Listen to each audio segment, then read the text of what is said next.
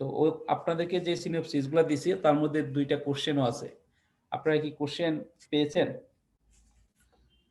তো আমরা প্রথমে কোশ্চেন সলিউশনের পার্টে যাই। আমি শেয়ার করি, সবার কাছে কোশ্চেনগুলো থাকার কথা। আপনারা যদি কোশ্চেনগুলো খুলে নেন, মে জুন 2020 কোশ্চেনটা খুলে নিলে সুবিধা হবে, কারণ এখানে 4টা কোশ্চেন আছে, 6, 7, 8, 9 এবং 4টাই খুব ইম্পর্টেন্ট। মানে ক্রিটিক্যাল, ক্রিটিক্যাল বলবো না, টেকনিক্যাল টাইপের কোশ্চেন। কঠিনের কিছু নাই, জানা থাকলে ইজিলি অ্যান্সার করা যায়। হ্যাঁ, সো আপনাদের কাছে আছে কোশ্চেনগুলা এই মুহূর্তে? জি স্যার। তো আমি শেয়ার করতেছি, এবং সাথে সাথে যেহেতু কোশ্চেনগুলা বিভিন্ন পার্ট থেকে করা হয়েছে, সো আমি আপনাদেরকে যে পার্টে যেতে বলবো, আপনাদের কাছে তো আমার সিনোপসিস প্লাস প্রেজেন্টেশন গুলো আছে, সেই পার্টে যাবেন। যেমন প্রথম কোশ্চেন যদি দেখেন, নাম্বার 6টা আমি কোশ্চেন শেয়ার করতেছি।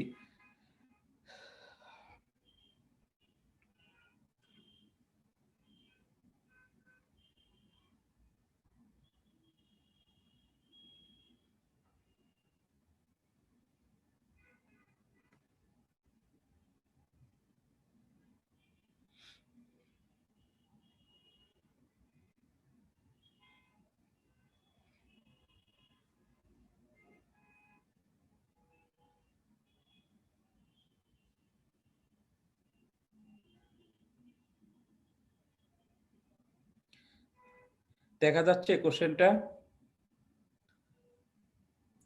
জি স্যার। জি স্যার, দেখতে পাচ্ছি।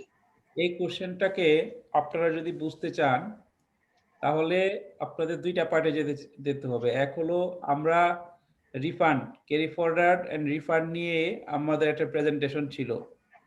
হ্যাঁ, ক্যারি ফরওয়ার্ড এবং রিফান্ড। ফার্স্টে হলো net tax liability, carry forward এবং রিফান্ড। এখানে দেখেন, সো ওই আমি বলি আপনাদেরকে কোন পার্টটা আপনারা দেখেন। রিফান্ড,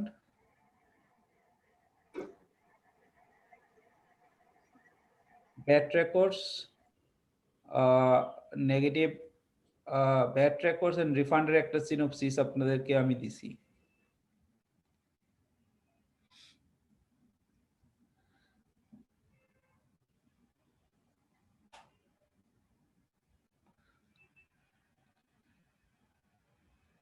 আপনাদের কাছে আছে? স্যার আজকে দিয়েছিলেন নাকি আগে দিয়েছিলেন? না, আগে দিয়েছি, লাস্ট ক্লাসে। হ্যাঁ, দেখছি স্যার। আপনারা দেখেন, ওখানে রিফান্ড পার্টে যাবেন, স্লাইড নাম্বার 29 হবে। কারণ আমি 2টাই একসাথে ডিসকাস করতে পারবো না, এই জন্য প্রবলেমটা।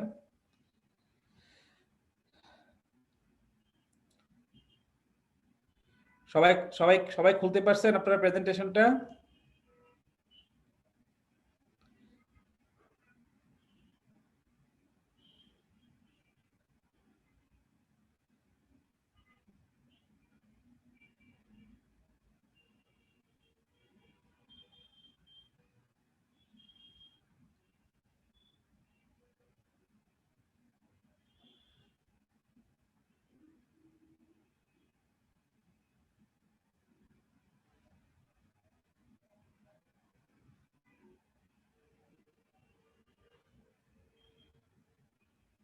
জি স্যার, পেরেছি স্যার।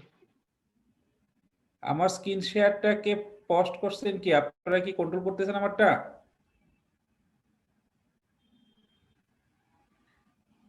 আপনার স্ক্রিন দেখতে পাচ্ছি আমরা। দেখতে পাচ্ছেন তাই তো? ওকে, তাহলে খুলতে পারছেন? আপনারা খুলতে পারছেন? Slide 29, right? আমি স্টার্ট করব? জি স্যার। আচ্ছা, দেখেন স্লাইড 29-এ আমরা বলছিলাম কি, যে যখন আপনার কোনো একটা মাসে, মানে মাস বলতে ট্যাক্স পিরিয়ডে, হ্যাঁ, যখন কোনো ট্যাক্স পিরিয়ডের ক্যালকুলেশন, লায়াবিলিটি ক্যালকুলেশন করতে হয়, তখন লায়াবিলিটি ক্যালকুলেশনের ক্ষেত্রে আপনার প্রভিশনসটা হলো net payable tax during a tax period আপনার ক্যালকুলেশন করতে হয়। সেই নেট ট্যাক্স পেয়েবলের ক্ষেত্রে আমরা দেখছি যে 4টা এলিমেন্ট আছে, 4টা এলিমেন্টের প্লাস মাইনাসই হলো নেট পেয়েবল ট্যাক্স, ওখানে দেখেন total output VAT, output tax and SD, ওখান থেকে input tax credit less plus increasing অ্যাডজাস্টমেন্টটাকে অ্যাড করা হয় আর ডিক্রিজিং অ্যাডজাস্টমেন্টটাকে আবার বাদ দেওয়া হয়। বাদ দেওয়ার পরে নেট পেয়েবল ট্যাক্স যেটা হয় তার রেজাল্ট দুই ধরনের হতে পারে, পজিটিভ অথবা নেগেটিভ। যদি পজিটিভ হয় তাহলে আপনার ওই অ্যামাউন্টটা ডিপোজিট করতে হবে, ডিপোজিট করে ব্যাট রিটার্ন সাবমিট করতে হবে। আর যদি নেগেটিভ হয় তাহলে ক্যারি ফরওয়ার্ড করতে হবে, carry forward certain periods carry forward করার পর দেন আপনার এটা রিফান্ড ক্লেম করার সুযোগ আছে অ্যাজ পার সেকশন 68। এবং এই 68 এ যে রিফান্ডের প্রভিশনসটা ছিল সেটা আমরা বলছিলাম যে 6 ট্যাক্স পিরিয়ড এটা ক্যারি ফরওয়ার্ড করতে হবে এবং 50,000 টাকার বেশি হলে আপনার রিফান্ড ক্লেম করা যাবে।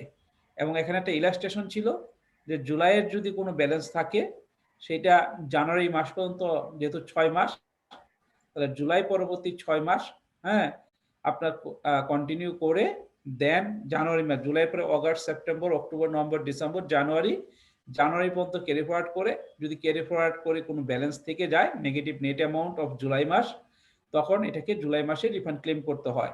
এটা ছিল আমাদের প্রভিশনস, রাইট? ঠিক আছে। তো এখন আমরা যদি কোশ্চেনটায় যাই, আপনাদের সাথে যদি পেন থাকে আপনারা একটু ক্যালকুলেট করবেন। আগে কোশ্চেনটা আমরা পড়ি। কোশ্চেন পড়ার ক্ষেত্রে কিছুটা সিস্টেম আছে, আপনারা জানেন কোশ্চেন কিভাবে পড়তে হয়? অবশ্যই জানার কথা, যেহেতু আপনারা মিড লেভেলে আছেন। বলেন তো একজন, কোশ্চেনটা, এই যে কোশ্চেনগুলা পড়ার সময় কোথায় থেকে শুরু করতে হয়? রিকোয়ারমেন্ট থেকে। স্যার রিকোয়ারমেন্ট থেকে, রাইট। নাইলে দেখা যাবে যে প্রথম পড়ে এসে রিকোয়ারমেন্ট যদি শুরু করে শেষ করি তাহলে ভুলে যাব সব। সো আমরা রিকোয়ারমেন্টটা দেখি। সো রিকোয়ারমেন্ট থেকে শুরু করতে হয়, কিন্তু আমি রিকোয়ারমেন্ট থেকে শুরু করব না, আমি যেহেতু নর্মালি বোঝার জন্য বলতেছি, সো আমি শুরু করবো শুরু থেকে, বাট আপনারা অবশ্যই পরীক্ষার সময় রিকোয়ারমেন্ট থেকে শুরু করবেন। এখানে কি বলছে যে XYZ limited is a service provider and render services that fall under the scope of service code 8099.20। আমরা জানি প্রত্যেকটা সার্ভিসে একটা সার্ভিস কোড আছে। এখানে XYZ যে সার্ভিসটা প্রোভাইড করে ওই সার্ভিসের সার্ভিস কোড হলো 8099.20। মানে এটা হলো, আপনারা যদি দেখেন আমি শেয়ার করেছি আপনাদের সাথে যে ওই যে সার্ভিসের কোডের যে এসআরও, ওখানে লাস্ট যে পার্টটা আছে ওই পার্টে 809920 মানে আদার মিসলিনিয়াস সার্ভিস, যেগুলা কোনো সার্ভিস কোডে ডিফাইন করা যায় নাই সেগুলাকে আদার্স মানে ওমনিবাস দিয়ে আপনার ক্যাটাগরাইজ করা হয়েছে। সেই আদার মিসলিনিয়াস সার্ভিসের কোড হলো 8099.20। The following information has been extracted from the monthly VAT returns and VAT registers of XYZ Limited. So এখানে দেখেন ওই যে আমরা চারটা যোগ বিয়োগ করে নেট লায়াবিলিটি ক্যালকুলেশন করার যে প্রভিশনসটা, এখানে কিন্তু চারটে অ্যামাউন্টে দেওয়া আছে, যে total VAT payable, total input tax credit, total increasing adjustment within ব্র্যাকেটে BDS, total decreasing adjustment within ব্র্যাকেটে বিডিএস সার্টিফিকেট। মানে ইনক্রিজিং অ্যাডজাস্টমেন্ট উইদিন ব্র্যাকেটে বিডিএস বলতে বোঝাইছে যে এই রেসপেক্টিভ এপ্রিল মাসে ব্যাট আপনার উৎসে কর্তন করা হয়েছে, যেহেতু কর্তন করা হয়েছে ডিপোজিট করতে হবে, সেই জন্য লাইবিলিটি হয়ে গেছে এই 25 লাখ। আবার যদি এখানে যেটা লাস্টেরটা বলছে ডিক্রিজিং অ্যাডজাস্টমেন্ট, যে ব্যাট তার রেভিনিউর কাছ থেকে রেভিনিউর এগেইনস্টে ডিডাক্ট করে রাখা হয়েছিল, সেটার এগেইনস্টে সার্টিফিকেট পাইছে, সার্টিফিকেট পাওয়ার পরে ক্লেম করা হয়েছে 75 লাখ। কারণ আমরা জানি যেটা লাইবিলিটিকে বৃদ্ধি করে সেটা হলো ইনক্রিজিং অ্যাডজাস্টমেন্ট, আর যেটা লাইবিলিটিকে আপনার কমায় সেটা হলো decreasing adjustment. So liability BDS এর ক্ষেত্রে যখন বিডিএস করা হয়, ব্যাট কর্তন করা হয়, ব্যাট ডিডাকশনের সোর্স আপনার যারা উইথহোল্ডিং এন্টিটি, যারা ব্যাট ডিডাক্ট করে তাদের ক্ষেত্রে যেহেতু ব্যাটের অ্যামাউন্টটা ডিডাক্টেড ব্যাটের অ্যামাউন্টটা ডিপোজিট করতে হবে, সেটা আসে ইনক্রিজিং অ্যাডজাস্টমেন্টে। আর আপনার যেই সার্ভিস সাপ্লাই অফ সার্ভিস, ওই সার্ভিস থেকে আপনার তার XYZ এর যেই সার্ভিস রিসিভার, তারা যদি উইথহোল্ডিং এন্টিটি হয় সেটার এগেইনস্টে ব্যাট কাটার করে, যেহেতু তাদের এই XYZ কে সার্টিফিকেট ইস্যু করতে হবে, সেই জন্য এখানে 75 লাখ টাকার বিডিএস সার্টিফিকেট পাওয়া গেছে। সো লায়াবিলিটি ডিক্রিজ হবে, এই জন্য এটা চলে গেছে ডিক্রিজিং অ্যাডজাস্টমেন্টে। তো এখন এটা যোগ বিয়োগ করার পর আমরা যে ফর্মুলা দেখেছিলাম, দেখবো যে এটা যদি পজিটিভ হয় তাহলে পে করতে হবে, আর নেগেটিভ হলে ক্যারি ফরওয়ার্ড করতে হবে। ক্যারি ফরওয়ার্ড করতে হবে কতটা tax period? 6 tax period. 6 tax period carry forward করার পরে যখন দেখবো যে না ওই 6তম মাসে 6তম মান্থে আপনার আর ক্যারি ফরওয়ার্ড করা সম্ভব নয়, তখন ওই 6তম মান্থে ব্যাট রিটার্নের মাধ্যমে রিফান্ডটা ক্লেম করতে হবে। এটা হলো প্রভিশনস আমরা ডিসকাস করেছি। তো এখানে বলছি কি bat return for the month of November is yet to prepare. So নভেম্বরের এখানে ডেটা আছে কিন্তু নভেম্বরের ব্যাট রিটার্নটা প্রিপেয়ার করতে হবে। ওকে, সো রিকোয়ারমেন্টটা কি? রিকোয়ারমেন্ট হলো as the bat consultant XYZ Limited has asked you to provide them with the following provisions of section 68 of the VAT and SD Act 2012 as regards carry forward and refund of negative net amount. So is provisions of section 68 আমরা previously discuss করেছি। provisions of 68 এ কি আছে যে আপনার negative net অ্যামাউন্টটা carry forward করা যায় এবং ক্যারি ফরওয়ার্ড হবে 6 কনজিকিউটিভ ট্যাক্স পিরিয়ড এবং 6 ট্যাক্স কনজিকিউটিভ ট্যাক্স পিরিয়ডে ক্যারি ফরওয়ার্ড করার পরে যদি ব্যালেন্সটা 50,000 টাকার বেশি হয় তখন রিফান্ডের অ্যাপ্লিকেশন করতে হয়। সো এই প্রভিশনসটা নিয়ে আমরা ডিসকাস করব না, যেহেতু প্রিভিয়াসলি ডিসকাস করছি। তারপর দ্বিতীয় পয়েন্টটা বলছে competition of the negative competition of the amount eligible for claiming refund in the VAT return for the month of November. তার মানে এই যে নভেম্বরের রিটার্নটা ফিল আপ করতে হবে, তাইলে এই যে ডেটাগুলো আছে এই ডেটাগুলো থেকে দেখতে হবে এই নভেম্বর মাসে কোনো রিফান্ড ক্লেম করার অ্যামাউন্ট আছে কিনা, থাকলে সেটা কত সেটাকে কম্পিউট করতে বলছে যে competition of the amount eligible for claiming refund in the VAT return for the month of November 2020। তাহলে আমাদের কাজ হলো এই নভেম্বর মাসে কোনো রিফান্ড ক্লেম করতে হবে কিনা, তাহলে কত টাকা ক্লেম করতে হবে সেটা ক্যালকুলেট করা একটা রিকোয়ারমেন্ট। দেন সেকেন্ড রিকোয়ারমেন্ট কি? Competition of the amount to be deposited in the government treasury for the month of November 2020 and justification thereof. এবং এটা তো বলছে যে নভেম্বর মাসে যে কমপ্লিট করতে হবে কি পরিমাণ টাকা গভর্নমেন্ট ট্রেজারিতে ডিপোজিট করতে হবে। তাহলে ডিপোজিট করতে হলে আপনার ওই ফর্মুলা বেসিসে দেখতে হবে যে এটা পজিটিভ না নেগেটিভ হয়। পজিটিভ হলে ডিপোজিট করতে হবে, নেগেটিভ হলে এটা ক্যারি ফরওয়ার্ড হবে। এবং সেটা কেন জাস্টিফিকেশন, ডিপোজিট করার জাস্টিফিকেশনটা কি সেটা এখানে দিতে হবে for the month of November. So এখন নভেম্বরে আসতে হলে কি করতে হবে? যেহেতু নভেম্বরে রিফান্ড ক্লেম করতে হবে, তাহলে এটা নভেম্বর মাসের না, তাহলে এটা নভেম্বর মাসে রিফান্ড কোনটা হবে? প্রিভিয়াস একটা মাসের, যেটা 6 মাস প্রিভিয়াসলি যাবে এবং ওই 6 মাসেরটা নভেম্বরে এসে আসবে, তখন দেখবো যে নভেম্বর মাসে রিফান্ড ক্লেম করার কোনো সুযোগ আছে কি নাই। তো এটা করতে গেলে আমাদেরকে এখানে কি করতে হবে? প্রত্যেকটা মাসের এই যে আপনার ক্যালকুলেট করতে হবে নেট নেগেটিভ অ্যামাউন্ট কত। ওকে, সো এখন এখানে একটা পয়েন্ট বলে রাখি যে যেটা আমরা উইথহোল্ডিং ব্যাটের প্রভিশন যখন ডিসকাস করছিলাম তখনও ডিসকাস করছি। প্রভিশনসটা ছিল কি যে আমরা যদি দেখি ফর্মুলাটা দেখি সেকশন 45 অনুপাতে আমরা দেখছি যে এই চারটা যোগ বিয়োগ করে যে রেজাল্টটা হয় সেটা হলো নেট নেগেটিভ অ্যামাউন্ট এবং অ্যাকর্ডিংলি সেইটা যদি ব্যালেন্সটা পজিটিভ হয় ডিপোজিট করতে হয় আর নেগেটিভ হলে ক্যারি ফরওয়ার্ড হয়। কিন্তু এখানে একটা কন্ট্রাডিকশন আছে যেটা আমরা বলেছিলাম। কন্ট্রাডিকশনটা হলো যে আমরা যদি উৎসে কর্তনের মানে উৎসে কর্তন বিধিমালা 2020 এর প্রভিশন দেখি, ওখানে বলা আছে যে যেটা আপনার ডিসেম্বরে এসআরও দ্বারা স্পেসিফিক্যালি অ্যামেন্ডমেন্ট করছে, ওখানে বলা আছে যে বিডিএস যেটা ডিডাক্ট করা হবে সেইটার অ্যামাউন্টটা সেপারেটলি ক্যাশে আপনাকে ডিপোজিট করে রিটার্নে ডিসপোজ করতে হবে। মানে ডিপোজিট করে ইনক্রিজিং অ্যাডজাস্টমেন্ট দেখায় রিটার্নে এই ক্যাশ ডিপোজিট করে দেন রিটার্নে ডিসপোজ করতে হবে। কিন্তু আমরা যদি সেকশনের আইনের প্রভিশন দেখি সেকশন 49 ওখানে বলছে বা সেকশন 45 ওখানে বলছে যে এই আলাদা করে গভর্নমেন্টের ট্রেজারিতে অ্যামাউন্ট ডিপোজিট করার কোনো প্রভিশনস ওখানে নাই। রেদার এই চারটার যোগ বিয়োগের যে ফর্মুলা আছে ওই ফর্মুলার বেসিসে যে অ্যামাউন্টটা নেট নেগেটিভ অ্যামাউন্ট আসবে, নেট ট্যাক্স পেয়েবল যেটা হবে সেটা পজিটিভ অথবা নেগেটিভ হলে বেসড অন দ্যাট পেমেন্ট করতে হবে।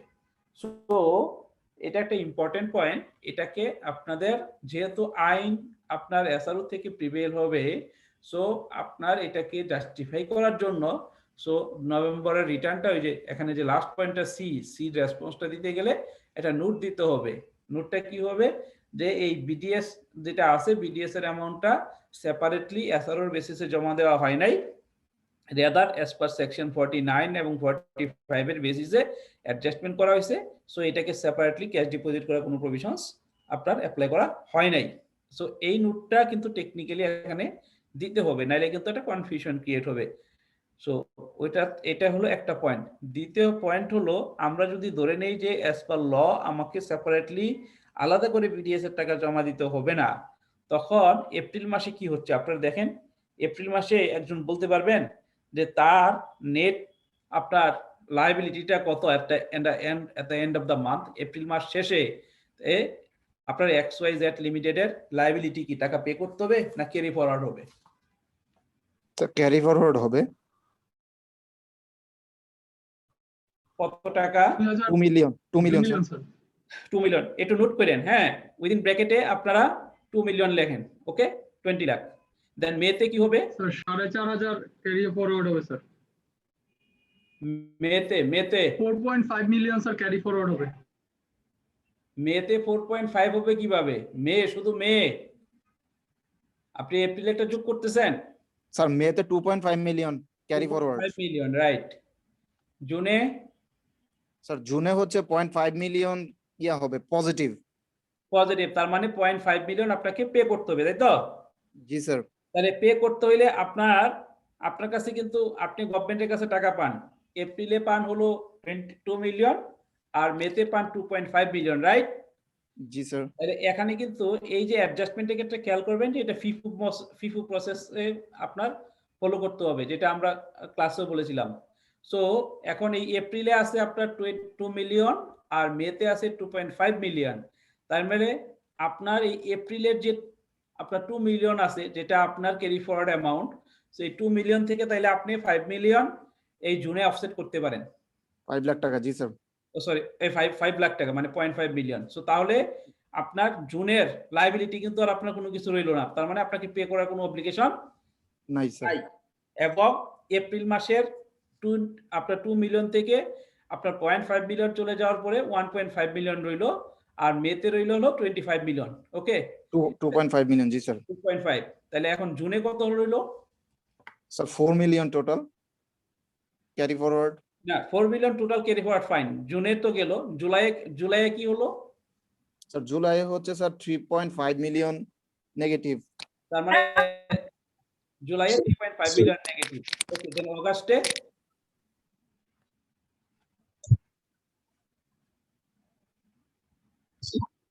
অগাস্টে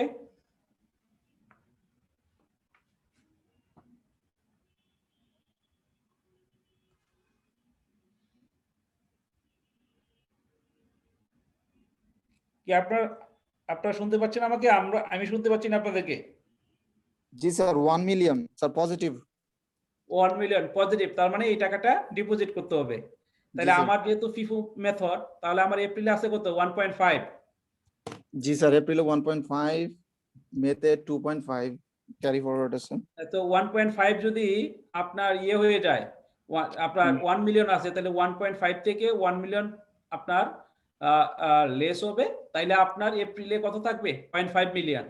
জি স্যার এপ্রিলে 0.5 মিলিয়ন। জি এপ্রিলে স্যার। 0.5 মিলিয়ন, মেতে 25 মিলিয়ন, আর জুলাইয়ে সরি মেতে 2.5 মিলিয়ন আর জুলাইয়ে 3.5 মিলিয়ন, রাইট? জি স্যার। তাইলে অগাস্ট গেল, সেপ্টেম্বরে কি হবে? স্যার সেপ্টেম্বরে 1.5 1.5 মিলিয়ন নেগেটিভ। সেপ্টেম্বরে 1.5 মিলিয়ন নেগেটিভ। অক্টোবরে?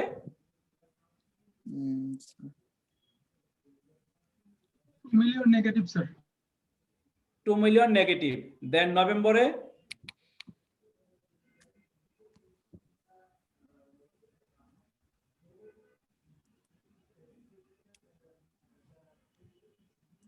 $2.5 মিলিয়ন নেগেটিভ স্যার। আমাদেরকে কিন্তু একটু দ্রুত করতে হবে যদি আমরা সবগুলা বুঝতে চাই টেকনিক্যাল পয়েন্ট। সো আমাদেরকে কিন্তু দ্রুত করতে হবে, হ্যাঁ, একটু মাথায় রাখেন। সো আমি এই জন্যই আগে ম্যাথ স্টার্ট করলাম, যদি সময় পাই রিটার্ন কমপ্লিট করবো, নাহলে রিটার্ন আপনারা পড়ে নিলেই পারবেন। ঠিক আছে? 2.5 লাস্ট। 2.5। তাহলে আমাদের 2.5 million negative sir. 2.5 million negative. তাইলে আমাদের পয়েন্টটা কি ছিল? পয়েন্টটা হলো যে competition B, the competition of the eligible for claiming refund in the VAT return for the month of November. তাইলে আমরা জানি যে 6 মাস ক্যারি ফরওয়ার্ড করতে হয় এবং 6তম মান্থে ক্যারি ফরওয়ার্ড করে যদি অ্যাডজাস্টমেন্ট না হয়, তাহলে ওই মাসে কি করতে হয়? রিফান্ড ক্লেম করতে হয়। এখন আপনারা দেখেন এপ্রিলে রইল কত? 0.5 মিলিয়ন, রাইট? জি তাহলে স্যার। এপ্রিলেরটা কোন মাসে আমরা রিফান্ড ক্লেম করব বলেন তো দেখি? অক্টোবরে স্যার। অক্টোবরে। সো আমার কিন্তু অক্টোবরে কোনো কোশ্চেন জানতে চাইনি, রাইট? সো না স্যার। অক্টোবর নিয়ে আমার কোনো কাজ নাই, ঠিক আছে? তাহলে আমার কাজটা এই মে মাসেরটা, রাইট? কারণ মে মাসেরটা যদি দেখি, তাহলে মে মাসের 6তম মান্থ হয় নভেম্বর, এবং এটাকে আমাকে রিফান্ডটা ক্লেম করতে হবে, ঠিক আছে? তাহলে এই যে আমরা প্রত্যেকটা মাস ক্যালকুলেট করলাম, দেখেন আমরা যদি টেকনিক্যাল হই প্রত্যেকটা মাস ক্যালকুলেট করার কোনো দরকার নাই, আছে কি? এই রিফান্ডের জন্য কি আছে দরকার আছে? না স্যার। হ্যাঁ স্যার। রিফান্ডের জন্য দরকার নাই, কারণ আমরা জানি যে যেই মাসে রিফান্ড হবে সেটা ষষ্ঠতম মাসে গিয়ে আমার ক্লেম করতে হবে। ষষ্ঠতম 6টা মাস আপনার ক্যারি ফরওয়ার্ড হবে, দেন ক্যারি ফরওয়ার্ড না হয়ে যদি ব্যালেন্স থাকে দেন ষষ্ঠতম মান্থে আমাকে রিফান্ডটা ক্লেম করতে হবে। তাইলে আমার মে থেকে এই যে আমি মে থেকে যদি কাউন্ট করি আমার ষষ্ঠতম মান্থ হলো নভেম্বর, বাকি যেগুলো ক্যালকুলেশন আমি করলাম বা আপনারা করলেন আমার জন্য বেরোলেস। স্যার আমাদের এপ্রিলেরটা কি স্যার? এপ্রিল 1 2 3 4 অক্টোবরে না, সেপ্টেম্বর স্যার করব না? এপ্রিলেরটা তো অক্টোবরে। অক্টোবরে তো সপ্তম মাসে যায় স্যার। কিভাবে সপ্তম আমাদের মাসে? দেখাইছিল পরবর্তী 6 মাস এপ্রিলের রিটার্ন তো আমরা সাবমিট করতেছি এপ্রিলেই স্যার, তাই না? এটা রিটার্ন সাবমিট করছেন মেতে, মের 15 তারিখে, জি স্যার। ঠিক আছে? সো এটা হলো তাহলে অক্টোবর। পরবর্তী 6 মাস অক্টোবর। সো আমার অক্টোবরের আমার অক্টোবর নিয়ে কিন্তু কোশ্চেনে কোনো কিছু বলে নাই, আমার বলছে নভেম্বর নিয়ে। সো নভেম্বর নিয়ে কোশ্চেনে বললে আমি মেটার ক্যালকুলেশন করলে আমি বুঝে যাব যে আমার নভেম্বরে কি আসবে। সো মে ক্যালকুলেশন করে আমি দেখতেছি যে এটা আপনার ব্যালেন্স কত রইলো, ব্যালেন্স রইলো 2.5 মিলিয়ন, এটা ইউটিলাইজ হয় নাই। যেহেতু এপ্রিলের ব্যালেন্সে রয়ে গেছে 0.5, সো আপনার মেয়ের ব্যালেন্সটা 25 মিলিয়ন ইউটিলাইজ হয় নাই। এখন পয়েন্ট হলো আমি যদি এখন বলি যে সবগুলা না করলেও চলবে, তাইলেও কিন্তু আপনার হবে না, কারণ আপনাকে কোথাও ইউটিলাইজ হবে কিনা সেটা ক্যালকুলেশন করে দেখতে হবে, দেখে আপনাকে বলতে হবে যে রিফান্ডের অ্যামাউন্ট কত, ঠিক আছে? তাহলে আমি যেটা বললাম সেটা কিন্তু ভুল। আমি ভুল করে দেখলাম যে আপনারা কোনো রেসপন্স করেন কিনা, কেউই আপনারা কোনো রেসপন্স করতেছেন না। তো আমি আগে যে কথা বলছি সেটা হলো ভুল, কারণ আপনার কত টাকা আপনি রিফান্ড ক্লেম করবেন সেটা তো প্রত্যেক মাসে কি ব্যালেন্স থাকবে সেটা ক্যালকুলেশন করেন, আপনি বুঝবেন রিফান্ড ক্লেম করতে হবে কিনা, কত টাকা ক্যালকুলেশন করা যায় মানে রিফান্ড ক্লেম করা যাবে। তো প্রত্যেক মাস যদি না করেন তাহলে কিভাবে বুঝবেন? তো আমি যে স্টেটমেন্টটা দিয়েছি সেটা ভুল, কিন্তু আপনারা কেউ বলতে পারেন না যে এটা ভুল। তো মে মাসে আমরা দেখলাম যে এপ্রিলের আপনার 0.5 মিলিয়ন থাকে, 0.5 মিলিয়ন এটা অক্টোবরে রিফান্ড ক্লেম করবে। সো আমার পয়েন্ট অক্টোবর না, আমার পয়েন্ট হলো নভেম্বর। তো মেতে যে 2.5 মিলিয়ন টাকা ছিল সেটা আমার রিফান্ড হবে নভেম্বরে। সো তাহলে আমরা পেয়ে গেলাম competition of the amount eligible for claiming refund in the bad return for the month of November. এই একটা ক্যালকুলেশন করে আপনি 8 মার্কস পেয়ে গেলেন। বুঝছেন? দেখেন খুব একটা জটিল কিছু না, কিন্তু আপনি 8 মার্কস পেয়ে গেলেন। দেন সিতে কি বলছে? সিতে বলছে competition of the amount to be deposited in the government treasury for the month of November 2020 and justification thereof. So আমরা দেখতেছি যে নভেম্বরে আমি রিফান্ডই ক্লেম করতেছি, আমার অ্যাডজাস্টমেন্ট হচ্ছে না, তাইলে আমার কিন্তু আপনার এবং যে ব্যালেন্সটা সেই ব্যালেন্সটা হলো নেগেটিভ অ্যামাউন্ট, তার মানে আমার ক্যারি ফরওয়ার্ড করার ব্যালেন্স। সো এখানে আমার কিন্তু কোনো রিফান্ড ক্লেম করার কোনো সুযোগ মানে ডিপোজিট করার কোনো ইস্যু নাই। মানে আমি যদি অ্যাজ পার ল ফর্মুলা 4টা যোগ বিয়োগের ইস্যুতে যাই, বাট এখানে যেহেতু বলছে এন্ড জাস্টিফিকেশন, এই জাস্টিফিকেশনের ক্ষেত্রে আপনাকে বলতে হবে যে এই বিডিএস অ্যামাউন্টটা আপনার সেপারেটলি ডিপোজিট করা হয় নাই, যেহেতু আইনে বলছে এটা অ্যাডজাস্টমেন্ট হবে, এবং এসআরওতে বলছে যে এটা আলাদা করে পে করতে হবে। যেহেতু আইন এবং বিধির মধ্যে যদি কন্ট্রাডিকশন হয় তাহলে law shall be prevail. Based on that আপনি এই 10 লাখ টাকা 1 মিলিয়ন যে বিডিএস অ্যামাউন্ট আছে সেটা আপনি ট্রেজারি ডিপোজিট করেন নাই, সেটা হলো জাস্টিফিকেশন। ঠিক আছে? আশা করি বুঝতে পারছেন। সো এই একবারে very easy question, but technically আপনাকে বুঝতে হবে, টেকনিক্যালি না বুঝলে কিন্তু এটা ভেরি ইজি না, আপনার তখন কঠিন হয়ে যাবে। গেল একটা। স্যার জাস্টিফিকেশনটা একটু আবার বলবেন স্যার? জাস্টিফিকেশনটা বলবেন যে আমরা বললাম যে যে আপনার এসআরও যেটা উৎসে কর্তন বিধিমালা 2020 ওখানে বলা আছে যে উৎসে কর্তনের টাকা আলাদা করে ট্রেজারি চালানোর মাধ্যমে ডিপোজিট করতে হবে, কিন্তু আমরা বলতে যাচ্ছি আইনে সেকশন 45 এবং সেকশন 49 এ ওখানে বলছে যে আপনার সবকিছু প্লাস মাইনাস হইয়া নেট অ্যামাউন্টটা পে করতে হবে, আলাদা করে পে করার কোনো অপশন আইনে নাই। সো যেহেতু আইনে বলছে যে সবকিছু নেট করে পে করতে হবে এবং নেট করে দেখা গেছে যে আমার নভেম্বর মাসে এডিশনাল টাকা পেমেন্ট করার কোনো সুযোগ নাই, যেহেতু নেট লায়াবিলিটি নেট পেয়েবল ট্যাক্সটা নেগেটিভ, সেই জন্য সেপারেটলি আলাদা করে কোনো টাকা ট্রেজারি ডিপোজিট করা হয় নাই। ঠিক আছে? Thank you sir. এখন আসেন 7 পড়েন, দ্রুত পড়েন। 7 পড়ে আপনারা রেসপন্স করবেন।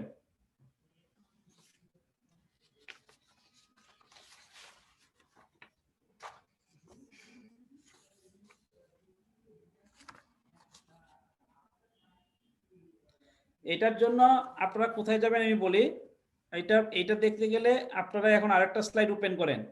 ওই যে determination and payment of VAT and supplementary duty, আপনারা একটা স্লাইড আছে দেখেন, ডিটারমিনেশন, একটা প্রেজেন্টেশন আছে, determination and payment of VAT and supplementary duty, পাইছেন আপনারা?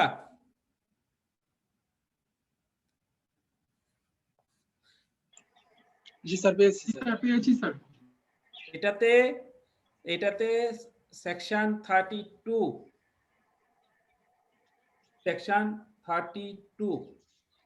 স্লাইড স্যার, হ্যাঁ, স্লাইড 32 স্যার। সেকশন 32, এটা আমি বলি কোন পেজ। আপনারা দেখেন এই যে 24, 26, 27, পেজ 27 পাইছেন? জি স্যার Okay. পেয়েছি। এখন কোশ্চেন করেন। এখানে বলছি কি, fair limited manufacturers consumable goods at its factory located at Rupganj, which has been registered under new BAT Act under the VAT Commissionerate of same location. তার মানে ওই এলাকার যেই কমিশনারেট আছে সেই কমিশনারেটের আন্ডারে নতুন আইনে নিবন্ধিত একজন একটা ফেয়ার লিমিটেড একটা ম্যানুফ্যাকচারিং কোম্পানি, মানে যে প্রডিউস করে consumable goods. Fair Limited sales its goods to its distributor at a price of 200 per unit excluding VAT. তার মানে Fair Limited sales its goods to its distributor at a price of টাকা 200 per unit excluding VAT. VAT ছাড়া প্রত্যেকটা unit 200 টাকায় ডিস্ট্রিবিউটরের কাছে sell করে, fine, through a distribution agreement. Okay, fine. However, considering the actual valuation is very high, it manages to submit input-output coefficient with a valuation much lower than the actual, and accordingly, it issues MUSOC 6.3. 6.3 আমরা জানি যে tax invoice at price of টাকা 140 per unit excluding VAT. তার মানে 200 টাকায় সে sell করে কিন্তু tax invoice issue করে 140 টাকায়। সো এখানে 60 টাকা গ্যাপ আছে। সো 60 টাকার উপর 15% হিসাবে কনসিডার করলে কত হয়? হ্যাঁ, 4 টাকা নাকি 9 টাকা 9 টাকা কত হয়? 9 টাকা স্যার 9 টাকা। 9 টাকা। সো 9 টাকা ব্যাট এখানে একটা ইস্যু আছে, তাই তো? আমরা মনে রাখি যে 9 টাকার ব্যাটের একটা ইস্যু থাকতে পারে। Later on, during assessment stage upon market survey by the VAT authority, it was identified that similar goods under same circumstances were sold to independent third party at টাকা 210 per unit excluding VAT. তার মানে VAT authority অ্যাসেসমেন্টের সময় সে ওই fair market ভ্যালুর যে provisions আছে, আমরা জানি যে যখন অ্যাসোসিয়েট এন্টারপ্রাইজের মধ্যে রিলেশন থাকে, অ্যাসোসিয়েট এন্টারপ্রাইজ মানে দুইটা এন্টিটি বা দুইজন ব্যক্তির মধ্যে সম্পর্কটা যদি as per the definition of the BAT Act associate enterprise হয়, অ্যাসোসিয়েট হয়, তাহলে তখন ওই প্রভিশনসটা ফেয়ার মার্কেট ভ্যালুর প্রভিশনসটা অ্যাপ্লিকেবল হয়। কিন্তু ওই ফেয়ার মার্কেট ভ্যালুর প্রভিশনসটা অ্যাপ্লিকেবলের ক্ষেত্রে আমরা যদি প্রেজেন্টেশনের ওই যে 27 পেজটা দেখি, ওখানে বলা আছে যে কি বলা আছে, value of a taxable supply a registered person makes to an associate shall be the fair market price of such supply reduced by the tax fraction of that price if such supply is made for no consideration or for a consideration that is lower than the fair market price, and such associate would not be entitled to a credit for all of the input arising out of such supply. তাহলে এখানে বলছে যে কি, যখন অ্যাসোসিয়েটের সাথে একটা transaction হবে তখন ভ্যালুটা ডিটারমাইন করা হবে ফেয়ার মার্কেট ভ্যালু, এবং ওই ফেয়ার মার্কেট ভ্যালু থেকে ট্যাক্স ফ্র্যাকশন অ্যামাউন্টটা বাদ দিলে দেন যে অ্যামাউন্টটা পাওয়া যাবে সেটা হবে ট্যাক্সেবল সাপ্লাই। বাট এখানে বলছে কি, ইফ দিয়ে দুইটা কন্ডিশন দিয়েছে এবং দুইটা কন্ডিশন দেখেন মাঝখানে এন্ড দ্বারা যুক্ত। কন্ডিশনসে বলছে কি, such supply is made for no consideration or for a consideration that is lower than the fair market value. So consideration আছে আমরা দেখছি দেখতেছি যে এটা lower than the fair market value. Okay fine, বুঝলাম ফেয়ার মার্কেট ভ্যালু। আমি 200 টাকায় বিক্রি করি বা 140 টাকায় বিক্রি করি, কিন্তু আইডেন্টিফাই করা হয়েছে 210 টাকা, so lower than the fair market value, এটা আমরা বুঝলাম। কিন্তু আরেকটা শর্ত আছে এবং এন্ড দ্বারা যুক্ত, সো দুইটা শর্ত ফুলফিল করতে হবে। আরেকটা শর্ত কি, such associate would not be entitled to a credit for all of the input tax arising out of such supply. মানে হলো ওই যে ডিস্ট্রিবিউটরের কাছে সেল করছে, সে ডিস্ট্রিবিউটর যেহেতু অ্যাসোসিয়েট, ওই ডিস্ট্রিবিউটর যদি ইনপুট ট্যাক্স ক্রেডিট না নেয়, মানে ডিস্ট্রিবিউটর যদি 5% হারে ব্যাট পে করে ইনস্টিড অফ 15%, তাহলে তো সে ইনপুট ট্যাক্স ক্রেডিট পাবে না। তার মানে ডিস্ট্রিবিউটর যদি 15% হারে ব্যাট পে করে তাহলে ইনপুট ট্যাক্স ক্রেডিট পাবে। তাহলে ওই ডিস্ট্রিবিউটর যদি ইনপুট ট্যাক্স ক্রেডিট না নেয়, তখনই শুধু অ্যাসোসিয়েট এন্টারপ্রাইজ অ্যাসোসিয়েট যারা, তাদের ক্ষেত্রে আপনার এই ফেয়ার মার্কেট ভ্যালুর প্রভিশনসটা অ্যাপ্লিকেবল হবে। সো আমাদের এখানে যেহেতু ডিস্ট্রিবিউটরের কাছে সেল করছে, সো ডিস্ট্রিবিউটরের আপনার ফেয়ার লিমিটেডের অ্যাসোসিয়েট হলো ডিস্ট্রিবিউটর, সেটা আমরা বুঝলাম। বাট এই ডিস্ট্রিবিউটর যদি 15% হারে আউটপুট ভ্যাট পে করে এবং ইনপুট ট্যাক্স ক্রেডিট নেয়, তাহলে কিন্তু এই ফেয়ার মার্কেট ভ্যালুর যে কনসেপ্টটা আমরা যেটা দেখে আসলাম as per section 32 subsection 3, সেই প্রভিশনসটা অ্যাপ্লিকেবল হবে না। সো এখন এখানে কি বলছে আমরা দেখি, রিকোয়ারমেন্টটা কি, what would be the fair market value of the product sold by fair limited, why. হ্যাঁ, সো এই ক্ষেত্রে আমাদেরকে, যেহেতু আমরা ওখানে দেখে আসছি যে ফেয়ার মার্কেট ভ্যালু অ্যাসোসিয়েটের সাথে ট্রানজাকশন ক্ষেত্রে হওয়ার ক্ষেত্রে দুইটা শর্ত আছে, ওই দুইটা শর্তই ফুলফিল করতে হবে। আমরা দুইটা শর্তের একটা শর্ত হলো যে কনসিডারেশনটা আপনার ফেয়ার মার্কেট ভ্যালু কম থাকলে, অথবা যদি কনসিডারেশন নাই থাকে মানে ফ্রি দিয়ে দিলাম। আর একটা হলো যদি অ্যাসোসিয়েট আপনার ইনপুট ট্যাক্স ক্রেডিট না পায়। তো তাইলে এখানে আমাদেরকে বলতে হবে যে ফেয়ার মার্কেট ভ্যালু যেহেতু অ্যাসেস করছে under the similar for the similar goods under same circumstances, তাহলে 210 টাকায় ফেয়ার মার্কেট ভ্যালু হবে। Okay, but fair market value প্রভিশনসটা অ্যাপ্লিকেবল হবে কিনা সেটা হলো পয়েন্ট।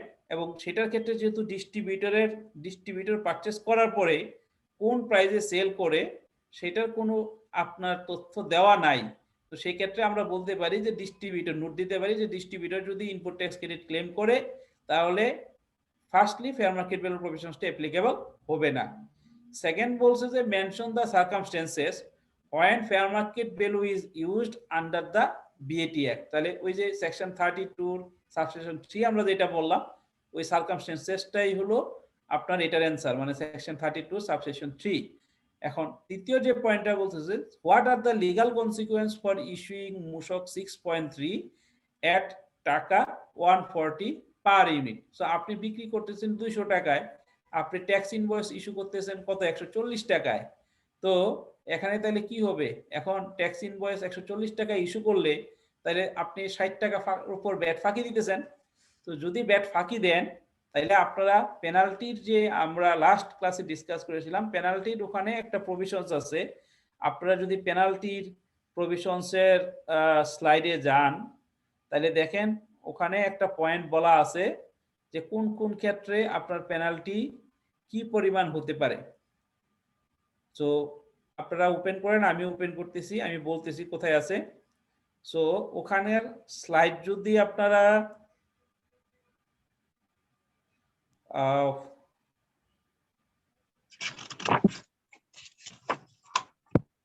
যদি স্লাইড 8 নাম্বার না,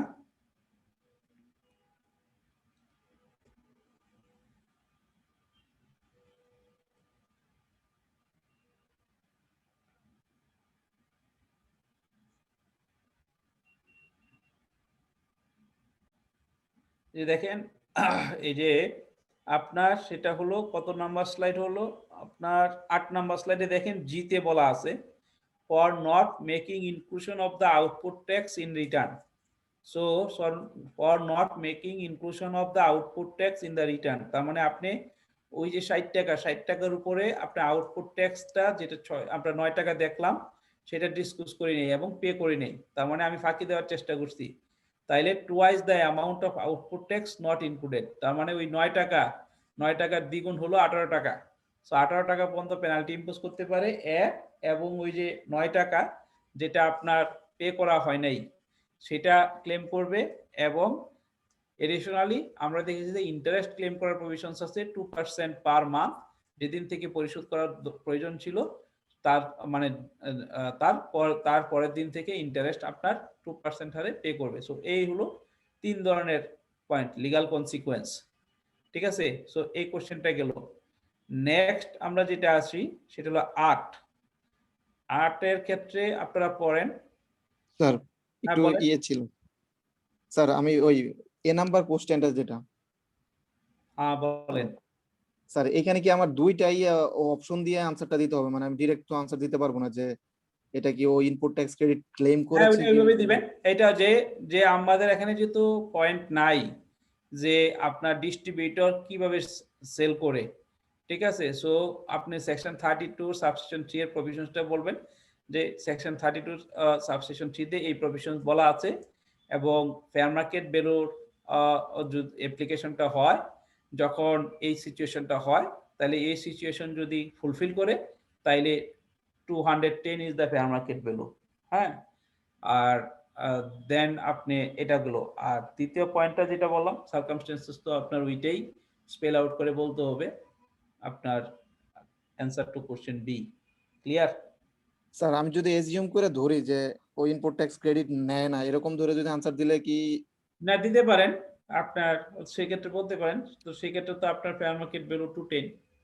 হ্যাঁ হ্যাঁ, ওইটাই স্যার, যদি আমি আমার যদি ওই ওইটা দিক দিয়ে question আমি ছিল। আনসার। স্যার, সেক্ষেত্রে আমার ওইটা কোশ্চেন ছিল, আমার ওইটাই সেম যে 210 মাইনাস 140 করে ওইটার উপরে। তখন তখন ওইটা হবে আপনার ওই যে তখন সি এর অ্যান্সারটা কিন্তু চেঞ্জ হয়ে যাবে। তখন কিন্তু 60 হবে না, তখন কত হবে? 70 হবে। এখন 70 এর ক্ষেত্রে একটা পয়েন্ট আছে।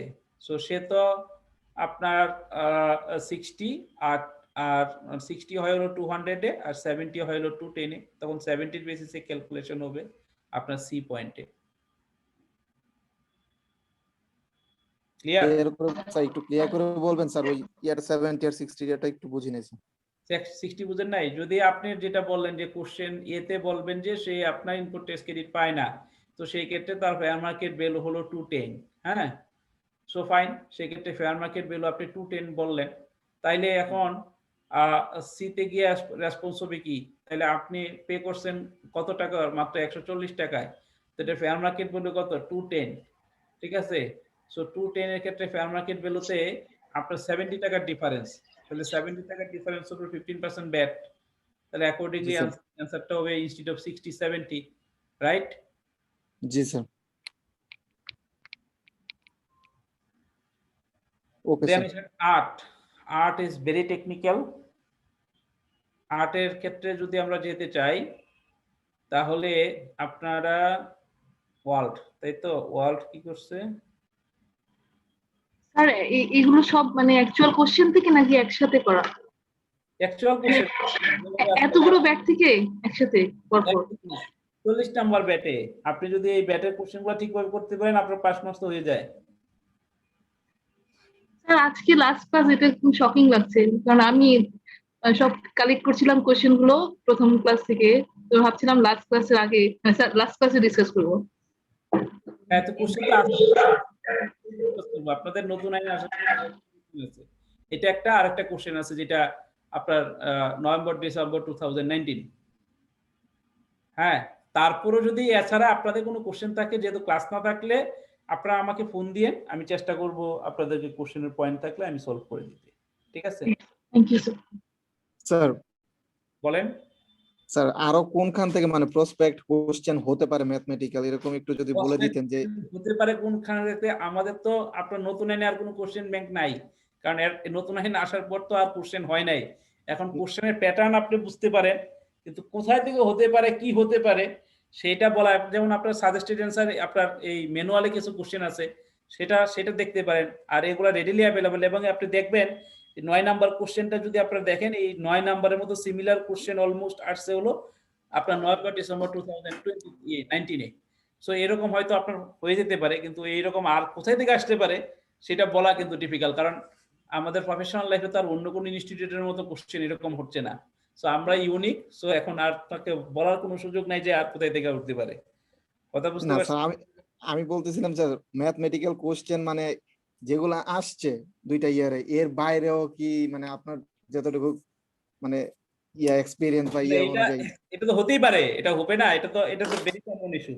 এটা হতেই পারে জি যে স্যার। এটা এই ধরনের পয়েন্ট যেটা হচ্ছে গিয়ে মানে আসতে পারে এরকম কিছু, মানে ওখান থেকে এরকম হতে পারে না যে কিছু একটু ক্রিটিক্যাল ছিল। আচ্ছা, আমরা এগুলা শেষ করি না, আচ্ছা আমরা এগুলা শেষ করি, এগুলা শেষ করতে করতে তো দেখা যাবে যে অনেক সময় নিবে, তারপর দেখা যাবে আমরা কোথায় থেকে আসতে পারে সেটা আমরা হয়তো ডিসকাস করতে পারি সাবসিকুয়েন্টলি, নট এন ইস্যু। জি স্যার।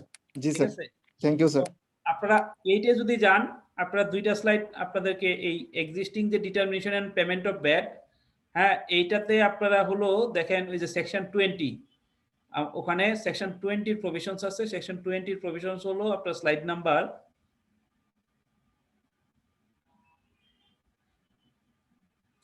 আপনার এই স্লাইড হলো আপনার কত স্লাইড হলো 16,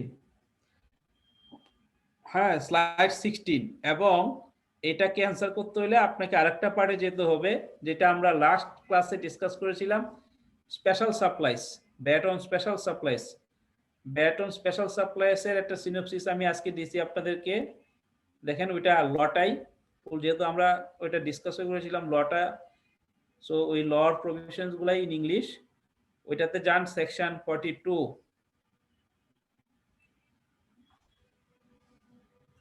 সো আপনার কিন্তু টেকনিক্যালি পড়তে হবে, মুখস্থ করলে কিন্তু কিচ্ছু করতে পারবেন না। হ্যাঁ দেখেন এখানে কোনো থিওরিটিক্যাল কোনো কিছু কিন্তু আসে নাই,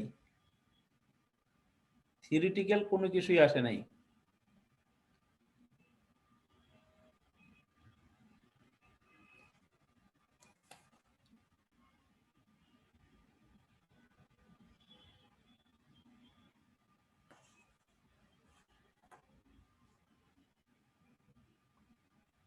আপনারা পাইছেন?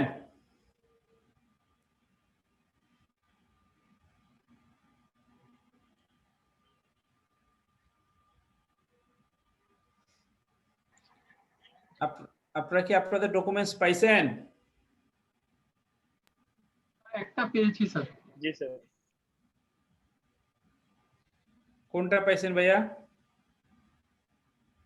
Section 20 sir. পেয়েছি স্যার। সেকশন 20 পেয়েছেন। আজকে যে আমি ইয়ে দিছি এই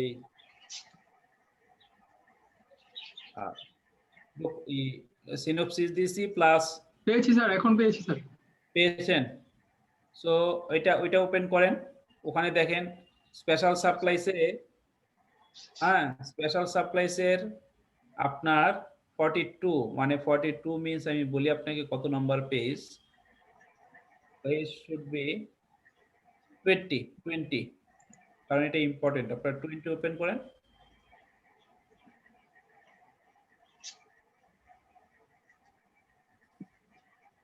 আপনাদের সামনে কি ব্যাটের বই আছে? জি স্যার। আছে? না স্যার। আছে স্যার, বই আছে স্যার। রিটার্নটা, ব্যাটের রিটার্নটা 9.1 ওপেন করতে পারবেন? নেই স্যার।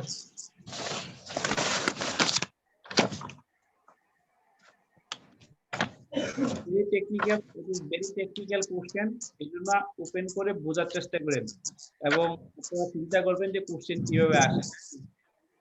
কোশ্চেন কিন্তু সহজ আসবে, কিন্তু টেকনিক্যাল কোশ্চেন আসবে, মানে আপনি অ্যান্সার করতে পারলে ফুল মার্কস, আর যদি পড়া না থাকে টেকনিক্যালি আপনি যদি চিন্তা না করে অ্যান্সার করতে চান তাহলে কিন্তু প্রবলেমে পড়বেন, মানে মুখস্থ করা যাবে না, বুঝতে হবে। ঠিক আছে, পেয়েছেন তাহলে সবাই না? রাইট,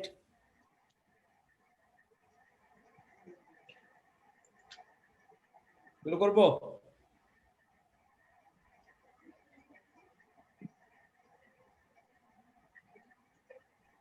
জি স্যার। আচ্ছা তাহলে আমরা কোশ্চেনটা পড়ি। কি বলছে? বলছে যে after qualifying as a chartered accountant you have been practicing in an accounting firm known as an expert in VAT advisories. In the month of July 2020, your manager asked you to review the following issues. Point 1 holo, Walk Limited entered into a supply arrangement with Hope Hospital for supply of 10 air conditioner at the rate taka 1 lakh each. So Walk Limited একটা hope হসপিটালের সাথে 10টা air conditioner সাপ্লাইয়ের জন্য agreement করছে এবং প্রত্যেকটা air কন্ডিশনারের value হলো 1 লাখ টাকা। As per the contract, Hope Hospital will be required to pay টাকা 2 lakh to Work Limited if the contract is cancelled. মানে কন্ট্রাক্টের একটা কন্ডিশন আছে যে হোপ লিমিটেড যদি আপনার কন্ট্রাক্টটা ক্যান্সেল করে তাহলে হোপ লিমিটেড আপনার হোপ হসপিটাল ওয়ার্ক লিমিটেডকে আপনার 2 লাখ টাকা পে করবে। Due to COVID-19, Hope Hospital was closed for 2 months and they decided to cancel the contract.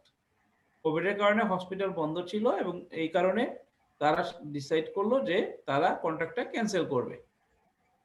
They had to pay টাকা 2 lakh to work limited as per the contract. যেহেতু কন্ট্রাক্টের terms ছিল 2 লাখ টাকা pay করতে হবে আপনার কন্ট্রাক্ট ক্যান্সেল করলে, তাইলে এই 2 লাখ টাকা ওয়ার্ক লিমিটেডকে হোপ হসপিটাল পে করতে হবে। ডাস work limited need to pay any VAT on টাকা 2 lakh although there has not been any supply that took place? Very technical question. কি आंसर হবে বলেন? আপনি দেন নাই, আপনি কোনো সাপ্লাই দেন নাই, কোনো কিছুই করেন নাই, শুধু এগ্রিমেন্টটা ক্যান্সেল হয়েছে বিদায় 2 লাখ টাকা পাইলেন, তাহলে এটার উপর কি ব্যাট হবে? হবে স্যার। হবে স্যার। কেন হবে? সেকশন 42 অনুযায়ী যদি কোনো পোরশন রিটেইন করে। সেকশন 42 কি অনুপাতে? সেকশন 42 তে দুইটা প্রভিশনস আছে, 1 2 কোনটার বেসিসে? 2 হ্যাঁ স্যার 2 হবে স্যার। 2 হবে। তো কি বলছে সেকশন 42 তে? তো ক্যান্সেল ট্রানজাকশন 1 কি বলছে? where a transaction for a supply is cancelled and a portion of the consideration previously received is retained by the supplier at the time of returning it, then the tax applicable on the portion thus retained may be adjusted while making adjustments in consequence of the cancellation. এটা হচ্ছে না কারণ এটা সেই advance pay করে নাই এবং portion রেখে দেয় নাই, তাই তো ওয়ার্ক লিমিটেডকে। সেকেন্ডটাতে কি বলছে? if a transaction for a supply is cancelled and the supplier realizes any money from the recipient as a consequence thereof, that realized money shall be treated as the consideration for the supply in the tax period in which it is realized and taxes shall be payable. তার মানে কি হলো যে যেহেতু এগ্রিমেন্টটা cancel হয়েছে, তো এই 2 লাখ টাকা পাওয়া গেছে, তাহলে এই 2 লাখ টাকার উপরে আপনার ট্যাক্স পে করতে হবে। তাহলে 2 লাখ টাকা, এই যে 2 লাখ টাকা পাওয়া গেছে, এখন কোশ্চেনটা আমার হলো যে এই 2 লাখ টাকা আপনার সে পাবে, ওয়ার্ক লিমিটেড পাবে। কে পাবে? Work limited. তাহলে কত টাকার উপর ট্যাক্স হবে? ট্যাক্সটা কত টাকার উপর হবে? এখানে যে ট্যাক্স মানে ব্যাট হলো আমরা বুঝতেছি যে 15%, যেহেতু এটা ট্রাঙ্কেটেড কোনো ইস্যু না, সো এটাতে আর থার্ড শিডিউলের কোনো ইস্যু না, তাহলে এখানে 15% হবে, বুঝতে পারলাম। তো কোন 15% কিসের উপর অ্যাপ্লিকেবল হবে বলেন? স্যার এই 2 লাখ টাকার উপরেই। 2 লাখ টাকার উপর কিভাবে 15% হবে? সে তো মানে রিসিভ করতেছে বা রিয়েলাইজ করতেছে 2 লাখ, সেজন্য। হ্যাঁ, সো 2 লাখ টাকার উপর 15% হবে, মানে 2 লাখ টাকার উপর 30,000। না স্যার, ট্যাক্স ফ্র্যাকশন করতে হবে স্যার। ট্যাক্স ফ্র্যাকশন করতে হবে। আচ্ছা, সরি স্যার। 1,73,913। রাইট, এই 2 লাখ টাকা হলো কনসিডারেশন। এনে বলছে না as the consideration for supply in the tax period. হ্যাঁ, সো এটা কনসিডারেশন হলে আমরা কি জানি? কনসিডারেশন থেকে ট্যাক্স ফ্র্যাকশন বাদ দিয়ে বাকিটা হয় হলো গিয়া সাপ্লাই ভ্যালু। একটা পোরশন হয় সাপ্লাই ভ্যালু এক্সক্লুডিং ব্যাট, আর একটা পোরশন হয় ব্যাটার অ্যামাউন্ট, রাইট? সো আপনি যে প্রথম আপনি বললেন আপনার কোশ্চেনটা হলো না, পরে আপনি যে বলছেন আপনার কোশ্চেনের অ্যানসারটা ঠিক আছে। সো আপনাকে কিন্তু চিন্তা করে বলতে হবে, পট করে বলে ফেলবেন তাহলে কিন্তু হবে না। হ্যাঁ, আপনার এইগুলো একটা। দ্বিতীয় পয়েন্টটা আপনারা বলেন কখন পে করবে? এই যে 2 লাখ টাকা আপনার উপর 15% হারে ব্যাটটা পে করতে হবে, কখন পে করবে এই ব্যাটটা? স্যার যে কর মেয়াদে আদায় করা হয়েছে ওই কর মেয়াদেই আদায় করা হবে, সেই কর মেয়াদে। ফাইন। দেখেন আপনারা যদি এইটা থিওরিটিক্যালি আমরা পড়ি, আমাদের মাথায় না থাকে, তাহলে এই কোশ্চেনটা কিন্তু আমরা অ্যানসার করতে পারতাম না। তো তার মানে কি, আপনাকে যখন প্রভিশনসটা করতে হবে, এই জন্যই কিন্তু আমি আপনাদেরকে ফার্স্টেই বলছি যে আমি সিনোপসিস যেটা প্রেজেন্টেশন দিচ্ছি সেটা ফর ইজি পারপাস, বাট আপনারা ওইটাকে শুধু পড়বেন, ল পড়বেন না, তাহলে কিন্তু হবে না। ওইটা আপনাকে গাইড করবে ইজিলি বোঝার জন্য, বাট ওইটাকে কিন্তু পড়ে আপনি ল পড়বেন না, তাহলে কিন্তু হবে না, তাহলে কিন্তু আপনার পরীক্ষায় কোশ্চেন অ্যান্সার করা ডিফিকাল্ট হতে পারে। এটা কিন্তু মাথায় রাখবেন, ফার্স্ট পয়েন্ট। সেকেন্ড পয়েন্টটা হলো আপনাদেরকে কিন্তু ক্রিটিক্যালি প্রভিশনসটা কি ইন্ডিকেট করতেছে সেটা বুঝতে হবে। আপনি জাস্ট নর্মাল ওয়েতে বুঝে গেলেন, তাহলে কিন্তু তখন পরীক্ষার হলে কনফিউশন ক্রিয়েট হবে, আপনি অ্যান্সার করতে পারবেন না। ঠিক আছে, যেমন আমরা যদি এটাকে এভাবে পড়ি, এটাকে যদি কোরিলেট না করতে পারি কোশ্চেনটার সাথে, তাহলে কিন্তু আমি অ্যান্সার করতে পারবো না। সো এই জন্যই আপনাকে পড়তে হবে বুঝে, যেন আপনার পরীক্ষায় কোরিলেট করতে পারেন। কারণ এখানে দেখবেন এই যে 4টা কোশ্চেন আসছে 40-এর, একটা কোশ্চেনে কিন্তু থিওরিটিক্যাল কোশ্চেন না, মানে সবগুলাই কিন্তু এরকম টেকনিক্যাল কোশ্চেন, ভেরি ইজি, আপনি জানলে খুব সহজ, না জানলে খুব কঠিন। এবং এখানে টাইমও সেভ হয়, যে আপনাকে যে খুব বেশি ইয়ে করতে হবে সেটাও কিন্তু না। সো নেক্সট আমরা পরের কোশ্চেনটাতে আসি। স্যার আমাদের সিনারি 1 এ ভ্যাট অ্যামাউন্টটা কিভাবে বের করতে হবে স্যার? কোনটা? 26,000 1 এ স্যার আমরা যেটা এখন সলভ করি। বুঝি নাই আপনার কোশ্চেনটা। ট্যাক্স ফ্র্যাকশনের কথা বলছি প্রথম কি? ট্যাক্স প্রেশন আপনি আমার জি, স্যার। ক্লাসে ছিলেন না? 26,086 আসে কি? এটা আপনি দেখেন, ওই যে আমি যেই প্রেজেন্টেশনের স্লাইড এই প্রেজেন্টেশনের ফাইলটা ওপেন করতে বলছি, ওখানে দেখেন এই কিভাবে ক্যালকুলেট করতে হবে, ওইটা একটা এক্সাম্পলও কিন্তু আছে। আপনারা কিন্তু, আমি জানি না আপনি ক্লাসে ছিলেন কিনা, আপনারা ওইটা দেখলে ওখানে স্লাইড নাম্বার 24, ওখানে বলা আছে কিন্তু consideration less tax fraction is equal to value of taxable supply, এবং ট্যাক্স ফ্র্যাকশনের একটা ফর্মুলা আছে আর ডিভাইডেড বাই প্লাস 100, আর হলো গিয়ে রেট অফ ব্যাট। সো আপনি ওই ক্লাসে যদি না থাকেন তাহলে এটা দেখে নিন, কিন্তু এটা কিন্তু ভেরি ইজি হয়। আপনাদের এই কোশ্চেন কিন্তু হওয়ার কথা না আমার আন্ডারস্ট্যান্ডিং এ, কারণ আমরা কিন্তু এই পয়েন্টগুলো নিয়ে ডিসকাস করেছি। ঠিক আছে, যদি আপনি না থাকেন ওটা দেখে নিন, আপনি অ্যান্সার পেয়ে যাবেন। এখন আমরা আসি সেকেন্ড কোশ্চেনটা, this is most technical also. Okay, সেকেন্ডটাতে কি বলছে? World Limited has been registered under VAT and SD Act 2012. It has a licensing agreement with world-renowned air conditioner manufacturer GREE for using their technical know-how to manufacture air conditioner under its own brand name World. তাহলে কি হইলো? যে technical no-how ফি, আপনার যে air conditioner manufacture করবে সেই জন্য technical no-how ফির আপনার ইউজ করার জন্য আপনার কার সাথে, world renowned air conditioner manufacturer গ্রিয়ের সাথে একটা এগ্রিমেন্ট আছে, এবং যে প্রোডাক্টটা প্রডিউস করা হয়, ম্যানুফ্যাকচার করা হয়, সেটার ব্র্যান্ড হলো world. For using technical know how of Gree, world remitted টাকা 3 lakh as royalty in the month of July 2020। তার মানে ওই যে technical know how of Gree use করার কারণে ওয়ার্ল্ড লিমিটেডকে যেহেতু একটা টাকা পে করতে হয়, এই ওয়ার্ল্ড লিমিটেড 3 লাখ টাকা, 3 লাখ না 30 লাখ টাকা, মানে 3 মিলিয়ন টাকা আপনার এজ এ রয়্যালিটি হিসাবে আপনার জুলাই 2020-তে রেমিট করছে। Indicate the bat amount that has to be paid on this royalty amount. তার মানে ব্যাট অ্যামাউন্ট কত, ব্যাটের রেট বলা নেই, অ্যামাউন্ট বলছে কত, সেটাকে আপনার আইডেন্টিফাই করার জন্য ফার্স্ট পয়েন্ট। সেকেন্ড হলো হু শুড পে দিস, মানে এই ব্যাটের টাকাটা কে পে করবে, second question. And third question, how this will be reflected in the return, explaining the reasons. তাহলে 3টা কোশ্চেন কিন্তু এখানে, একের মধ্যে 3।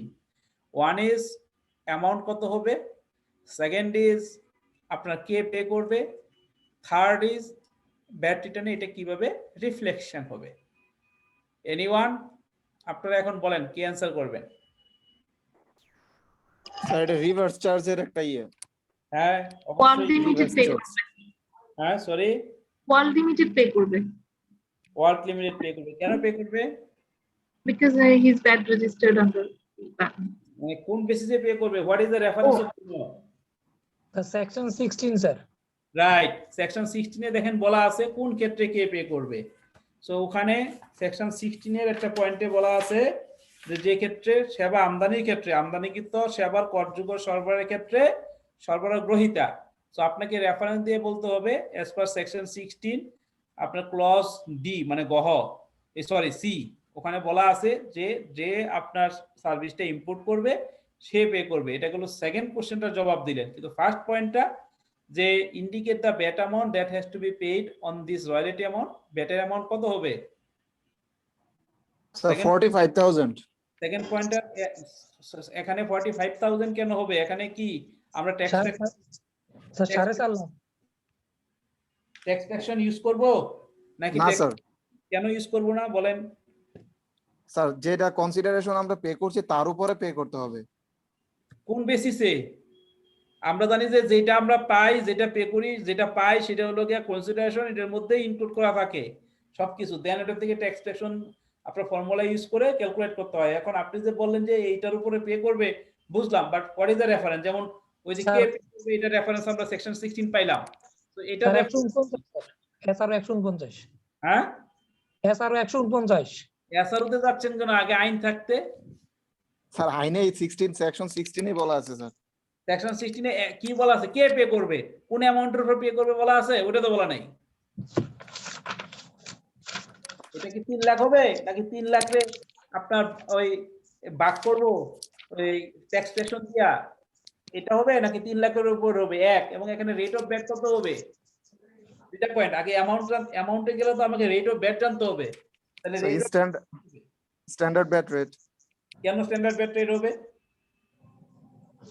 স্যার ইম্পোর্ট অফ সার্ভিসের ক্ষেত্রে স্যার তো ইয়ে দেয়া 15%। 15% স্ট্যান্ডার্ড রেট। ওকে ফাইন, বুঝলাম। তাহলে বেস কত হবে এখন বলেন? স্যার বেসটা আমি দেখেছি বাট রেফারেন্সটা বলতে পারতেছি না স্যার। রেফারেন্সটা বলতে পারতেছেন না। রেফারেন্সটা দেখেন সেকশন 32 সাবসেকশন 2। হ্যাঁ স্যার। হ্যাঁ, ওখানে বলছে কনসিডারেশন যেটা হবে সেটা সাপ্লাই ভ্যালু। তো সাপ্লাই ভ্যালুর উপরে আমরা করতে হয় ব্যাট অ্যাপ্লিকেবল হয়। কনসিডারেশন থেকে ট্যাক্স সেকশন বাদ দিলে বাকিটা থাকে সাপ্লাই ভ্যালু, এবং সাপ্লাই ভ্যালুর উপরে ব্যাটের রেট অ্যাপ্লিকেবল হয়। সেকশন 32 সাবসেকশন 2, ওটা যদি আপনারা দেখেন আমাদের এই স্লাইডেই আছে। এই স্লাইড যেটা আমরা ওপেন করতে বলছিলাম, ওখানে দেখেন বলা আছে the consideration for a taxable supply of N imported service shall be the supply value. Shall be the supply value. তো সাপ্লাই ভ্যালুর উপর আমরা জানি যে ট্যাক্স রেট আপনার চার্জ করে আপনার ব্যাটের অ্যামাউন্টটা পাওয়া যায়, তাই তো? ব্যাটের রেট চার্জ করে। সো কনসিডার একদিকে যদি আমরা দেখি যে কনসিডারেশন থেকে ট্যাক্স সেকশনটা বাদ দিলে কি পাই? Taxable supply value. আবার ট্যাক্সেবল সাপ্লাই ভ্যালুর সাথে ব্যাটের রেট দিয়ে গুণ করলে যেটা পাই টোটালটা হয় কনসিডারেশন। সো এখানে সেকশন 32 সাবসেকশন 2 তে বলে দিছে in case of imported service consideration for a taxable supply of an imported service shall be the supply value. So এই ক্ষেত্রে আপনার এই 3 লাখ টাকাই হবে বেস। এই 3 লাখ টাকার উপরে 15% হারে চার্জ করতে হবে। গেল দুইটা অ্যানসার। দ্বিতীয় যে পয়েন্টটা কিভাবে রিটার্নে দেখাবেন, এবার বলেন কিভাবে রিটার্নে দেখাবেন?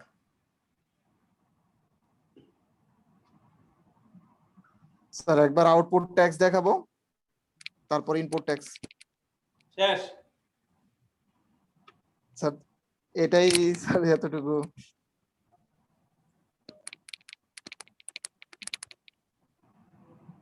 শেষ? কোন বেসিসে? আপনি যে বললেন রেফারেন্স কি? স্যার রিভার্স চার্জের যে ইয়েটা 16 এ তো স্যার সবকিছু দেখেছি। সেকশন 16 সেকশন 16 এ কি আর এটা বলছে নাকি? সেকশন 16 এ বলছে কি পে করবে। স্যার এটা বলছে সেকশন 20 তে। সেকশন 20 তে। সেকশন 20 সাবসেকশন কত? 2।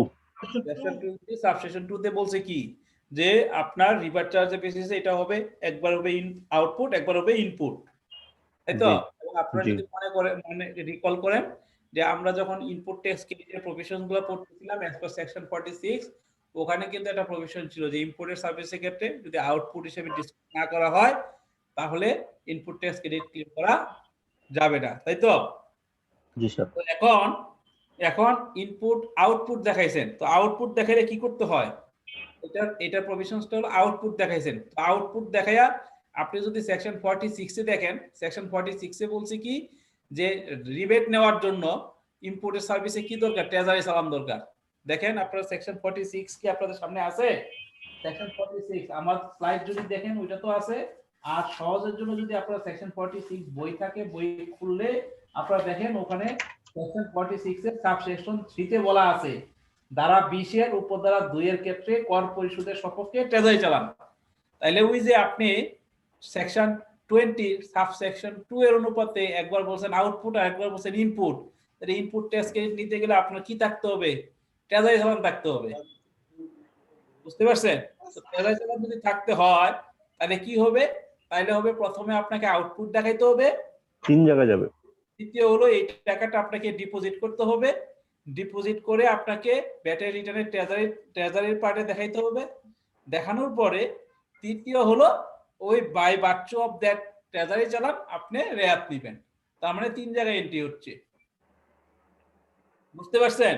সো আপনারা বলেন যদি এইটা কোশ্চেন পরীক্ষায় অ্যাটেন্ড করতেন আপনারা কি এভাবে চিন্তা করছেন? এখানে দেখেন শুধু সেকশন 20 না, আপনার সেকশন 20 এর সাথে সেকশন 46 কে ম্যাচ করে দেন আপনাকে কিন্তু কোশ্চেনটা অ্যানসার করতে হচ্ছে। সো কোশ্চেনের অ্যানসারটা কিন্তু ছোট, কিন্তু এটাকে ম্যাচ করে জবাব দেওয়াটা কিন্তু বা পরীক্ষার হলে কিন্তু চিন্তা করাটা কিন্তু সহজ না। তাহলে কিভাবে চিন্তাটা হইলো? প্রথম চিন্তাটা হইলো কি সেকশন 20 সাবসেকশন 2 তে বলছে যে এটা ইনপুট হবে আউটপুট হবে। ফাইন, আমি আউটপুট দেখাইলাম। যে ইনপুট হবে, ইনপুটের ক্ষেত্রে আমাকে যাইতে হবে কোথায়? সেকশন 46 এ। তাহলে সেকশন 46 এর আইনে কি বলছে? সেকশন 46 এর প্রভিশনসে বলছে যে আপনি এটা রেয়াত পাবেন যদি আপনার কাছে ট্রেজারি চালান থাকে। তার মানে এটা কি ইন্ডিকেট করতেছে? মানে আমাকে ট্রেজারি ডিপোজিট করতে বলতেছে। তাহলে ট্রেজারি ডিপোজিট করলে আমাকে কি করতে হবে? রিটার্নে ট্রেজারি ডিপোজিটের পার্টে দেখাইতে হবে। তাহলে আমি আউটপুট দেখাইলাম, তারপর ট্রেজারি ডিপোজিটে দেখাইলাম, দেন আমি এই ট্রেজারি ডিপোজিটের কপি মানে ট্রেজারি চালানের বেসিসে আমি রেয়াত নিব 3টা জায়গায় এন্ট্রি। সো এটা কিন্তু আপনি পরীক্ষা হলে বা নিজে পড়লে এইভাবে চিন্তা করাটা ইজ ভেরি ডিফিকাল্ট। আমি এখন ইজিলি বলতে পারতেছি কেন, আমি প্র্যাকটিক্যালি কাজ করি বিধায় ইজিলি বলতে পারতেছি। আমি যদি আপনাদের অবস্থাতে থাকতাম সেটা কিন্তু তখন আমার জন্য কষ্টকর হতো। বুঝতে পারছেন? অনেক কমপ্লিকেটেড লাগতেছে। কমপ্লিকেটেড তো লাগবেই। আপনি একটা ছোট অ্যানসার করে রেসপন্স করে দিবেন, আপনি 4 মার্কস নেবেন, আর আপনি মিড লেভেলে আছেন। হ্যাঁ, সো আপনাকে তো একটা কমপ্লিকেটেড পয়েন্ট একটা সিচুয়েশন ক্রিয়েট করেই দিবে যেন আপনি কমপ্লিকেটেড থেকে আপনি ইজিতে আসতে পারেন। এটাই তো আপনার কাজ, না হলে আপনি কিভাবে প্রুফ করবেন যে you know better? Sir section wise কি আমাকে লিংক আপ করে আনসার দিতে হবে? মানে আমি যদি তবে ওই না, যদি সেকশন কোশ্চেন এরকম আসে তাহলে লিংক আপ করে দিতে হবে, কারণ এখানে বলছে না how this will be reflected in the return. তাহলে রিফ্লেকশন যদি আপনি রিটার্নে দেখাইতে হয় তাহলে কোথায় কোথায় দেখাইতে হবে সেটা বলতে হবে না। এখন 2 জায়গায় বললেন ইনপুট আর আউটপুট, ওই যে ওইটা বললেন না, তাহলে তো আপনার অ্যানসারটা হলো না। তাহলে তো আপনি বলতেছেন আপনি তো ইয়ে পাবেন না, মার্কস পাবেন না। আপনাকে তো এইভাবেই করতে হবে। সো আপনারা কিন্তু ওই যে যদি মনে করেন যে হালিম ভাই যেটা বলে গেছে ব্যাট আপনি 40 মার্কস খুব সহজেই পেয়ে যাবেন, হ্যাঁ সহজেই পাবেন, কিন্তু সেটা সহজে পাওয়ার জন্য আপনাকে টেকনিকটা অ্যাপ্লাই করতে হবে, মাথার মধ্যে প্রফেশনগুলো থাকতে হবে, দেন আপনি সহজে পাবেন। বাট আবার লিংক আপ করতে হবে। লিংক আপ যদি না করতে পারেন শুধু মাথায় থাকবে তাহলেও কিন্তু লাভ হবে না। জি স্যার, হোল টাইম আমি এটাই চিন্তা করছি যে হালিম ভাই কি বললো সহজে পাবো বলে 40 হালিম ভাই তো ঠিকই অনেক বলছে, খুশি। হালিম ভাই তো ঠিকই বলছে। আমি তো হালিম ভাইয়ের কথাতে কোনো মানে ইয়া দেখতেছি না, মানে এই অন্য কোনো কিছু দেখতেছি না। হালিম ভাই বলছে সহজে পাবেন, কিন্তু কিভাবে সহজে পাবেন? আপনাকে পড়তে হবে, লিংক করে নিতে হবে। ওই পার্টটা তো হালিম ভাই বলে নাই। দাদা আদাব দাদা। এই হালিম ভাই আপনি চলে আসছেন, আপনার ব্যাপারে তো বলতেছিলাম। কেন দাদা? হ্যাঁ কেন দাদা? কেন, ওই যে বলতেছিলেন যে ওনারা কোশ্চেন কমপ্লিকেটেড লাগতেছে, তো আমি বলছি যে হালিম ভাই বলছে কিন্তু এখানে খুব সহজে 40 মার্কস পেয়ে যাবেন। তো সহজে পাবেন ঠিক আছে, কোশ্চেনের অ্যানসার কিন্তু ছোট, কিন্তু আপনাকে টেকনিক্যাল পয়েন্টটা বুঝতে হবে, মাথায় থাকতে হবে এবং লিংক করতে হবে, তাইলে আপনি সহজে পেয়ে যাবেন। Yes yes. আমি বলি ভাই রেসপেক্টেড এন্ড বিলাভড, ভাই বোনেরা মানে স্টুডেন্টস, আমাদের কোশ্চেন গুলো যেভাবে হয় আপনার মোটামুটি বেসিক জিনিস আপনি লিখবেন। অনেক কিছু আমরাও তো 2-4 পাতা পড়ছি, অনেক কিছু কমন থাকেনি, কিন্তু আমরা এমন ভাবে লিখছি by knowing even creating further realizing realization, এটা নাউন বলে, নাউন ফ্রেজ, সাবজেক্ট। তো এই জন্য যেটা বলা যে এইভাবে আমরা লিখে আসছি। আপনার রাকেশ বাবু আমাদের ভালো টিচার, আর আমি সেদিন বলছি যে আপনারা আসলে খুবই ভাগ্যবান। কেন? রঞ্জন স্যার, রাকেশ বাবু এগুলো আপনাদের ক্লাস নিচ্ছেন। এইটা তো আর না, রাকেশ বাবু আমাদের ভ্যাটের একজন পার্সোনালিটি, প্রফেশনাল। আমরা যে বইটা লিখলাম, যে ম্যানুয়াল যেটা, ওইখানে সিলেবাস যেটা, এখানে রাকেশ বাবুর টাচ আছে, দেখেন আমার নাম লিখে দিছি। তো এই জন্য যেটা বলতে চাচ্ছি যে এত চিন্তার কারণ নাই। আর দেখেন কি পরিশ্রম করে টিচার গুলো, না বললে না, কারণ উৎসাহ বাড়ানো কথা বলতে হয়। অনেকে বললে যে এইসব বলবে, সামনে বলবে নষ্ট হয়ে যায়, বিষয়টা এরকম নয়। The posting, the image, you may also follow upon all if they are having to increase further creating the perfection and realization of anybody. এটা আমার কথা না, এগুলো বড় বড় মানুষদের কথা, যারা দার্শনিক ফিলোসফার, তারা বলতেছেন কি সেই কথা বলো, সেই কথা বলা যায় যেটা উৎসাহিত বোধ করে, সে সামনে থাকুক না থাকুক, এতে কোনো অসুবিধা নাই। এই জন্য যেটা বলা, যে টিচার চেষ্টা করতেছেন, আজকে যে আপনার ম্যাটেরিয়াল দিলেন এগুলো তো রিসার্চ ওয়ার্ক। আমি দেখলাম তো 2-4টা লন্ডনে পাঠাই দিয়েছি, ফজলুর রহমান, জনাব Fazlur Rahman, London, Uganda, Australia থেকে কয়েকজন ছাত্র আমাদের মাঝে মধ্যে যোগদান করতেছে। যেটা বলার, my dear students, we are here, কাজেই believe upon me and try to the best of yourselves. আপনারা চেষ্টা চালান, সবকিছু হয়ে যাবে। 40 যেটা না, 40ই পাবেন, অসুবিধা নাই। গুরু শিষ্যের মতো আমাদের সৈয়দ বাবু, রাকেশ বাবুর সাথে লেগে থাকেন। রঞ্জন ছাত্র পড়াচ্ছেন, ওনারটাও ফলো করেন।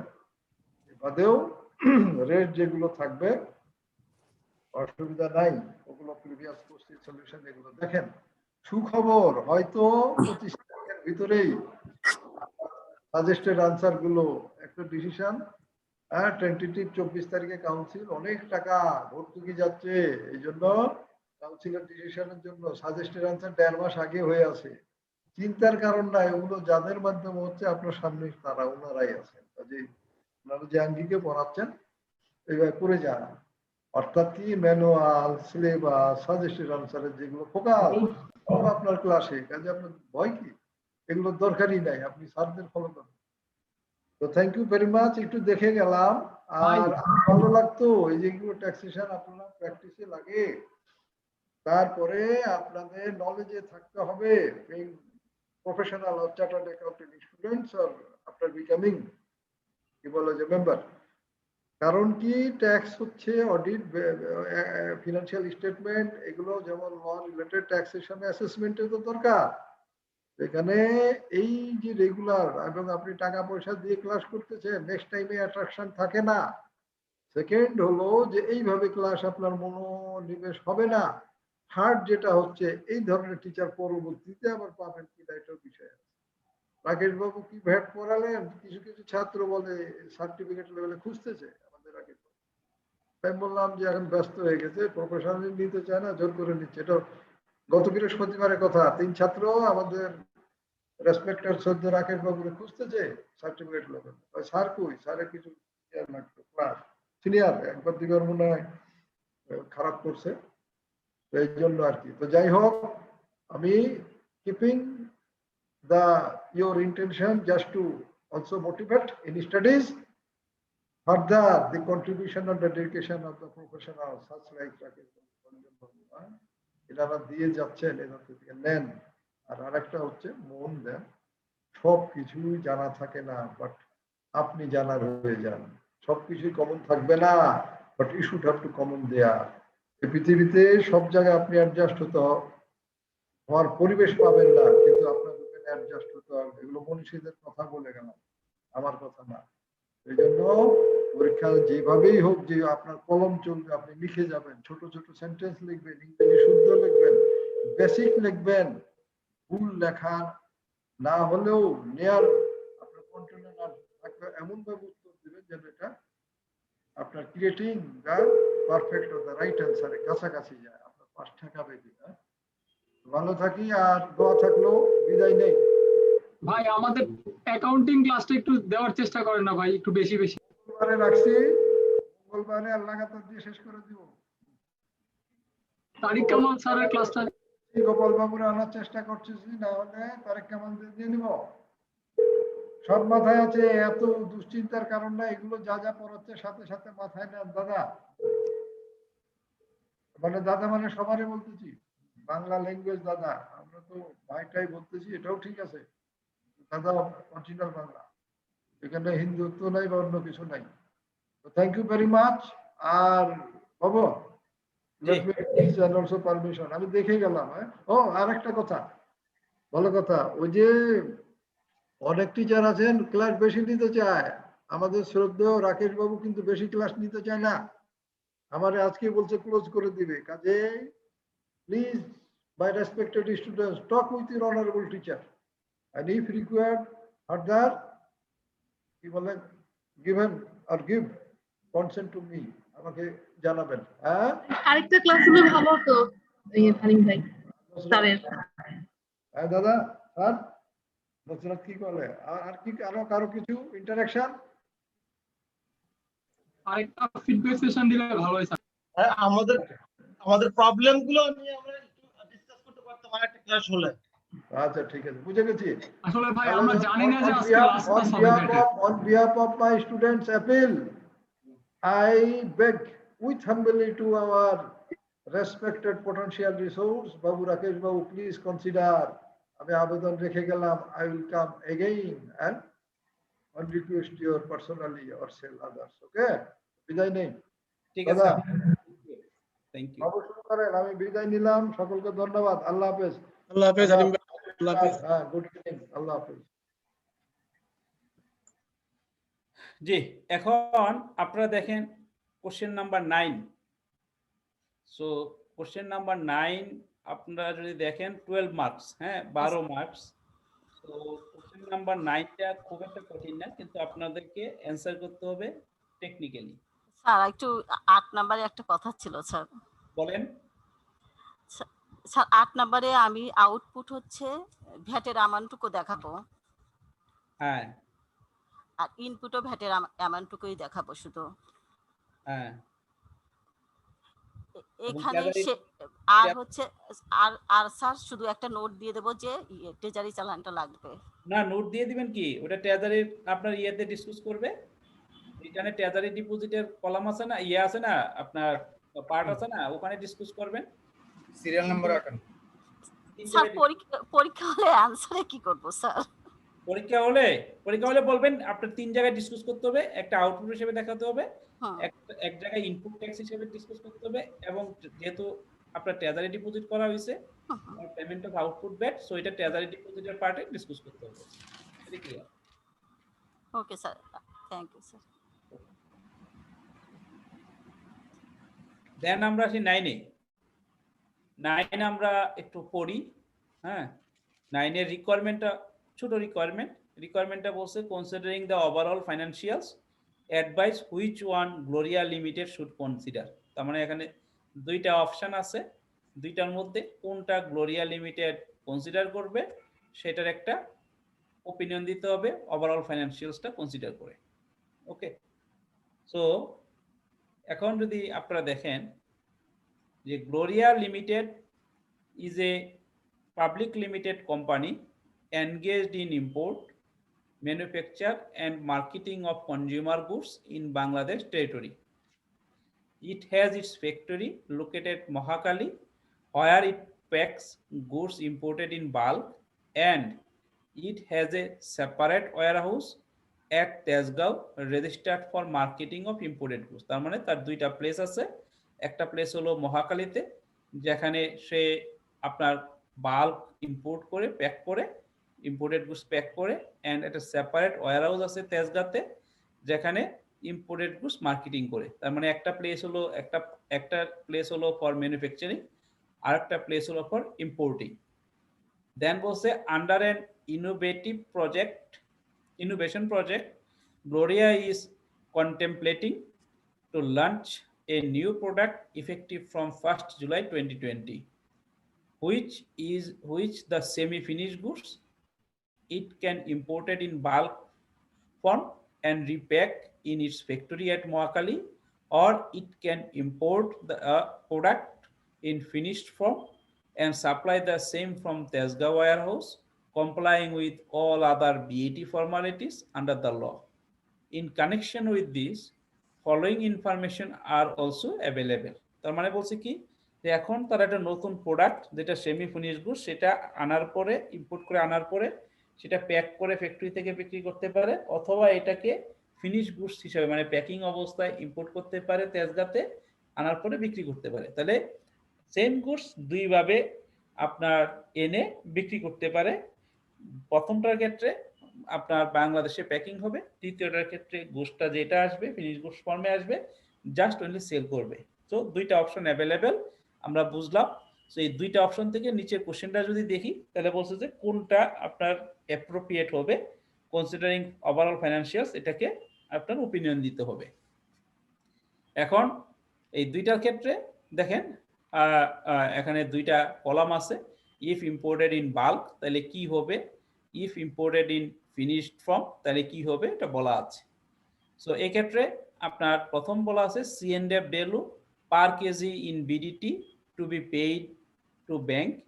তাহলে আপনার যদি উইদাউট প্যাকিং মানে আপনার বাল্কে আনে তাহলে 600 টাকা পার কেজি হয় কস্ট অ্যান্ড ফ্রেট মানে C&F ভ্যালু, আর ইম্পোর্টেড যদি করে ফিনিশ গুডস হিসাবে তাহলে 750 টাকা হয় per KG. Then minimum assessable value per KG in BDT, আর যেহেতু ইম্পোর্টেড ইন বাল্ক হবে সেখানে অ্যাপ্লিকেবল হয় না, ফিনিশ গুডস এর ক্ষেত্রে অ্যাপ্লিকেবল আছে 700। হ্যাঁ, minimum assessable value per KG in বিডিটিতে, minimum assessable value per KG in বিডিটিতে আছে 700। মিনিমাম ভ্যালু অ্যাসেসেবল ভ্যালু সম্পর্কে কি আপনাদের কোনো ধারণা আছে? মিনিমাম ভ্যালু ট্যারিফ ভ্যালু কাস্টমসের আপনাদের কোনো ধারণা আছে কারোর? আচ্ছা, একটু বললে ভালো হয়। এটা আমরা বলি যে কাস্টমসে আপনার ফিনিশ গুডস ইম্পোর্টের ক্ষেত্রে কি হয়, যেহেতু ফিনিশ গুডস ইম্পোর্টের ক্ষেত্রে অনেক ধরনের আন্ডার ইনভয়েসিং হয়, সেটাকে প্রোটেক্ট করার জন্য ফ্রম 2016 কাস্টমস অথরিটির আন্ডারে মানে মিনিস্ট্রি অফ ফাইন্যান্সের আন্ডারে একটা এসআরও ইস্যু হয়। এই এসআরওতে আপনার গুডস গুলা ডেসক্রাইব করা থাকে যে এই ফিনিশ গুডস গুলো ইম্পোর্ট করলে আপনার অ্যাসেসমেন্ট পারপাসে একটা ভ্যালু ডিটারমাইন করা থাকে, যে ভ্যালুটাকে বলা হয় এটা মিনিমাম। বাট আপনি যদি তার চেয়ে বেশি প্রাইজে আপনি ইম্পোর্ট করেন তাহলে ওই বেশি প্রাইজে অ্যাসেসমেন্ট হবে এবং ডিউটিস এন্ড ট্যাক্সেস পে করতে হবে। তো সেটাই বলছে যে minimum assessable value per KG in BDT is 700। তার মানে আমার এখানে কস্ট হয়েছে কত 750, আছে কত মিনিমাম 700, তাহলে আমার হবে কত 750 কাজ হবে। এই ইনফরমেশনটা আমার জন্য এখানে জাস্ট একটা ক্রিয়েটিং কনফিউশন, আর কোনো কিছু না। বুঝতে পারছেন? তো আপনাদের একটু আরেকটা জিনিস খেয়াল রাখতে হবে, আপনারা যদি রিকল করেন আমি ফার্স্ট ক্লাসে কাস্টমসের ইম্পোর্ট ডিউটি এন্ড ট্যাক্সেস কিভাবে ক্যালকুলেট করতে হয় এটা সম্পর্কে ডিসকাস করেছিলাম with an example in Excel sheet, right? আপনারা রিকল করতে পারতেছেন? জি স্যার, জি স্যার। তো এই ওই যে এই ক্যালকুলেশনটা কিন্তু এখানে ইউজ হবে। সো আপনারা যদি চিন্তা করেন যে নরমালি ব্যাট শুধু ব্যাট, সেটা কিন্তু হলে হবে না। আপনারা ব্যাট এবং কাস্টমস যেহেতু এটা ইনডাইরেক্ট ট্যাক্স আর একটার সাথে জড়িত, হ্যাঁ, সো আপনারা কমন ফিচার্স এবং কমন প্রভিশনস গুলা কাস্টমস সেক্টরে কিন্তু আপনাদেরকে জানা থাকতে হবে। তো আপনারা যদি ওই ডিউটি এন্ড ট্যাক্সেস ক্যালকুলেশনটা না জানা থাকে তাহলে কিন্তু এই কোশ্চেনটা আপনারা কোনোভাবে রেসপন্স করতে পারবেন না। কারণ এখন বলতে পারেন ওই কোশ্চেন ওইটা তো আপনার কাস্টমস এর পার্ট। হ্যাঁ, এটা এই লেভেলে এটা হতে পারে কিছু কিছু কোশ্চেন, যেমন মিনিমাম ভ্যালুর কনসেপ্টটা যদি আপনারা না জানা থাকে তাহলে আপনারা কনফিউজ হবেন, তখন কোনটা নেবেন। তখন হয়তো আপনাদের মনে আসতে পারে যে না, ও ওখানে মিনিমাম ভ্যালু আছে, তার মানে 750 না 700 টাকার উপর আপনার অ্যাসেসেবল এই ডিউটি এন্ড ট্যাক্সেস গুলো অ্যাপ্লিকেবল হবে। সো এই পয়েন্ট কমন ইস্যুগুলা, হ্যাঁ, এবং বিজনেসের নরমাল ইম্পোর্ট এক্সপোর্টের কমন ইস্যুগুলা আপনারা একটু জানার চেষ্টা করবেন, সো দ্যাট আপনাদের বেসিক যেই পয়েন্টগুলা সেগুলা জানা থাকবে এবং এই ধরনের কোশ্চেনগুলোকে আপনারা রেসপন্স করতে পারবেন ইজিলি। আদারওয়াইজ কিন্তু প্রবলেমে পড়ে যাবেন। কারণ আমার কিন্তু ওই ইনপুট ডিউটিস এন্ড ট্যাক্সেসের যে স্ট্রাকচার কোনটা কোন বেসে হয় সেটা কিন্তু আমি ব্যাট পয়েন্ট চিন্তা করলে আমার ফুলটা দরকার নাই, শুধু ব্যাট আর এটির জন্য দরকার আছে। কিন্তু আমরা কিন্তু ফুলটাই ডিসকাস করেছি, কোনটার ক্ষেত্রে কি রেট হয়, কেন কোনটা রেট হয় সেটাও কিন্তু ডিসকাস করেছি। ঠিক আছে? সো স্যার এই অঙ্কটা একটা কনফিউশন ছিল স্যার। আমরা শেষ করি, তারপরে না আপনার জি স্যার, পয়েন্ট সলভ হয়ে যেতে পারে। যদি না হয় তাহলে অবশ্যই আমি রেসপন্স করব। হ্যাঁ স্যার স্যার একটু বলি স্যার, মিনিমাম অ্যাসেসেবল ভ্যালু যদি স্যার বেশি হয় তখনও কি হচ্ছে স্যার? বেশিটা হবে, বেশিটা। আচ্ছা ওকে স্যার, ওকে। সব সময় গভর্নমেন্টের ডিউটি এন্ড ট্যাক্সেস বেশির উপর হবে। হ্যাঁ আচ্ছা okay sir. So basic duty আমরা কিন্তু কাস্টমস ডিউটি পড়ে আসছি। হ্যাঁ সো কাস্টমস ডিউটি বলা যে কথা, বেসিক ডিউটি বলা একই কথা, ইম্পোর্ট ডিউটি বলতে পারে, এই তিনটা একই জিনিস হতে পারে। সো এখানে কিন্তু আপনাকে আরেকটা কনফিউশন করার জন্য কাস্টমস ডিউটি না বলে সিডি না বলে বলছে বেসিক ডিউটি। সো এরকম কনফিউজড করার জন্য কিছু ওয়ার্ড, হ্যাঁ অল্টারনেট ওয়ার্ডও কিন্তু ইউজ হতে পারে। সো আপনাদেরকে এই জিনিসগুলো সম্পর্কেও কমনলি জানা থাকতে হবে। So basic duty 25%, regulatory duty 3% in both cases, কারণ কাস্টমস ডিউটি 25% হলে নরমালি রেগুলেটরি ডিউটি 3% হয়। সাপ্লিমেন্টারি ডিউটি বাল্ক ইম্পোর্ট করলে 0 আর ফিনিশ গুডস ইম্পোর্ট করলে 20%। ভ্যালু অ্যাডেড ট্যাক্স বোথ কেসে 15%। অ্যাডভান্স ট্যাক্স মানে ভ্যাট এটি যেটা আমরা জানি ম্যানুফ্যাকচারদের ক্ষেত্রে 4%, সো 4%। আর কমার্শিয়াল ইম্পোর্টার মানে যারা ফিনিশ গুডস ইম্পোর্ট করে তাদের ক্ষেত্রে 5%, this is 5%। AIT in both cases same 5%। So এটা একটা ইনফরমেশন, এক ধরনের ইনফরমেশন। তারপর নিচে এডিশনাল ইনফরমেশন দিছে। কি এডিশনাল ইনফরমেশন দিছে?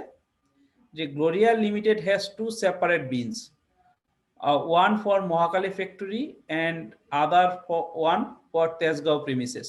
তো আমরা যেহেতু তার দুইটা রেজিস্ট্রেশন এবং দুইটার অ্যাক্টিভিটি আলাদা, তো তার দুইটা রেজিস্ট্রেশন, মহাখালীতে তার অবশ্যই ম্যানুফ্যাকচারার হিসেবে আর তেজগাঁতে তার ট্রেডার হিসেবে থাকবে, কারণ সে শুধু ইম্পোর্ট করে সেল করে। For supply of products from Mohakhali factory it follow standard rate 15%। So Mohakhali থেকে যখন এই ম্যানুফ্যাকচার গুলো সেল করে তখন 15% এর ভ্যাট পে করে। while for other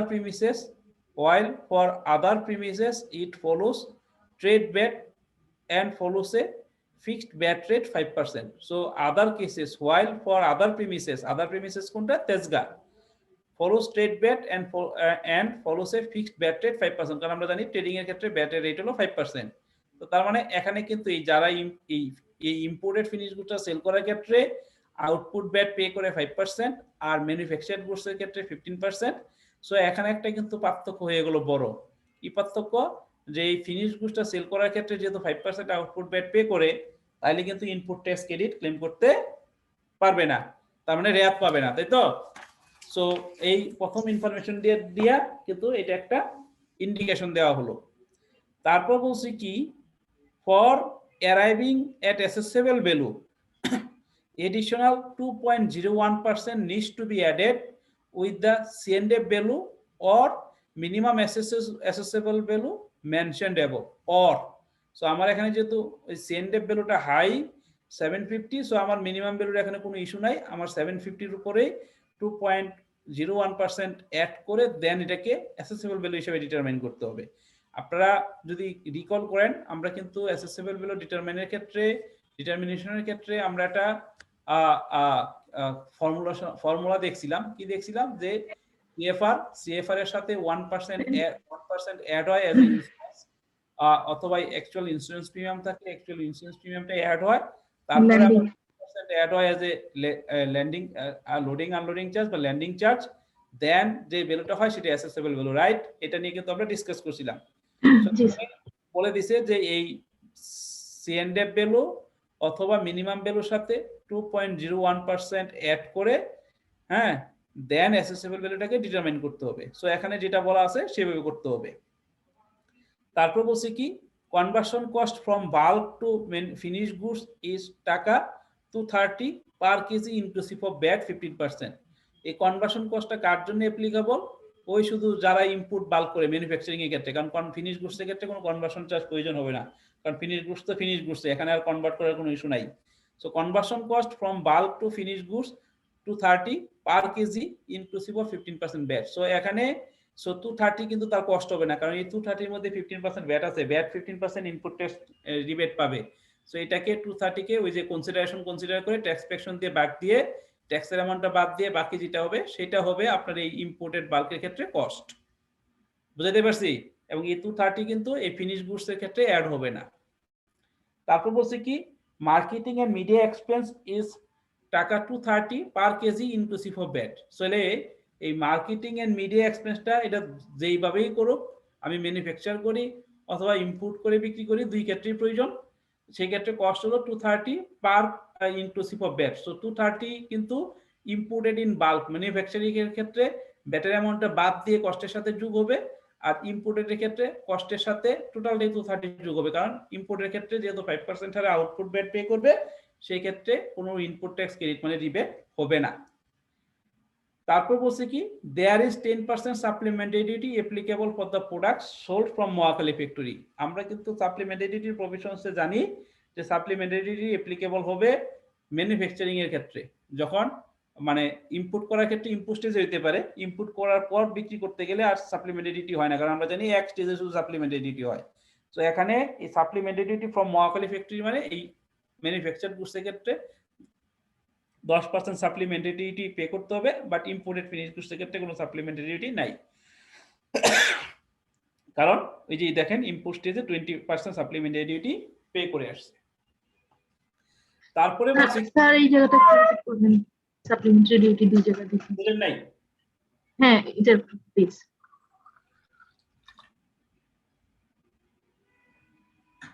সাপ্লিমেন্টারি ডিউটির ক্ষেত্রে আপনার ওই determination and payment of VAT and এসডির ক্ষেত্রে ওখানে দেখবেন যে সাপ্লিমেন্টারি ডিউটি পার্টে এই প্রভিশনসটা হলো যে এটা টোটাল প্রোডাক্টের বা সার্ভিসের ভ্যালু চেইনে হ্যাঁ একবার মাত্র ভ্যাট পে করতে মানে সাপ্লিমেন্টারি ডিউটি পে করতে হয়। সো আপনার দেখেন এই যে ফিনিশ গুডসটা যে ইম্পোর্ট করা হয়েছে, ইম্পোর্ট করার ক্ষেত্রে কিন্তু সাপ্লিমেন্টারি ডিউটি 20% পে করতে হয়েছে না, এই যে ডিউটি এন্ড ট্যাক্সে 20% আছে, বাট আপনি দেখেন বাল্কে যখন ইম্পোর্ট করা হয়েছে তখন 20% সাপ্লিমেন্টারি ডিউটি পে করতে হয়নি, কারণ এটা বাল্কে আনছে যেহেতু ম্যানুফ্যাকচার করবে, সাপ্লিমেন্টারি ডিউটি অ্যাপ্লিকেবল না। তো এখানে যে 10% supplementary duty applicable for product sold from Mohakhali factory, কেন মহাখালী ফ্যাক্টরি বলছে যে এটা সাপ্লিমেন্টারি ডিউটি যেহেতু এই ফিনিশ গুডস এর ক্ষেত্রে একবার পে করে আসছে, সাবসিকুয়েন্টলি আর পে করতে হবে না, কারণ সাপ্লিমেন্টারি ডিউটি যেহেতু শুধুমাত্র একটা স্টেজে পে করতে হয়। আর এই যে ইম্পোর্টেড ইন বাল্ক এটার ক্ষেত্রে ম্যানুফ্যাকচার করলে আপনার সাপ্লিমেন্টারি ডিউটি পে করতে হবে 10%। সো এইটাই বলছে যে there is 10% supplementary duty applicable for product sold from Mohakhali factory.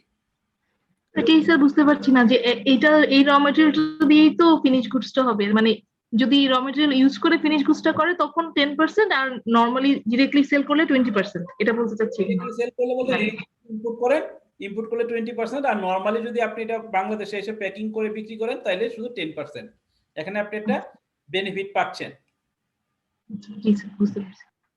Then distribution cost is taka 50 per KG excluding VAT, VAT rate is 10%। So distribution cost 50 taka add হবে আপনার বোথ কেসেই, আমি ইম্পোর্টেড বাল্কের ক্ষেত্রেও হবে, আবার ইম্পোর্টেড ফিনিশ গুডসের ক্ষেত্রে হবে। ইম্পোর্টেড ফিনিশ গুডসের ক্ষেত্রে ভ্যাট সহ হবে, কারণ সেক্ষেত্রে ইনপুট ট্যাক্স ক্রেডিট হবে না, আর বাল্কের ক্ষেত্রে 50 টাকা হবে, ভ্যাট আপনার ইনপুট ট্যাক্স ক্রেডিট পাওয়া যাবে, সো এটা নট কস্ট। দেন 7 নেক্সট বলছে the unit size of the selling unit is 1 KG, মানে 1 কেজি করে বিক্রি হবে, and selling price is 2000 inclusive of VAT whether it is packed in Mohakali factory or marketed from the Tesgaon warehouse। এখন যে জায়গা থেকে বিক্রি করুক না কেন আপনার সেলিং প্রাইস আলটিমেটলি হবে 2000 টাকা ইনক্লুসিভ অফ ভ্যাট। সো এখন পয়েন্ট বলছে যে considering the overall financials advise which one Gloria Limited should consider. তার মানে এখন আপনাকে দেখতে হবে কি, আপনাকে কস্টিং করতে হবে, করে আপনাকে দেখতে হবে প্রফিট কোনটায় বেশি, যেটাই বেশি সেটাই আপনি প্রপোজ করবেন। এখন প্রফিটের ক্ষেত্রে কিভাবে করতে হবে, যে আপনার সাপোজ 2000 টাকা যেহেতু inclusive of VAT, for manufacturing এর ক্ষেত্রে ভ্যাটের রেট বলছে 15 টাকা 15%, তাহলে আপনার 2000 থেকে ট্যাক্স ফ্যাকশন বাদ দিয়ে 15% বাদ দিতে হবে।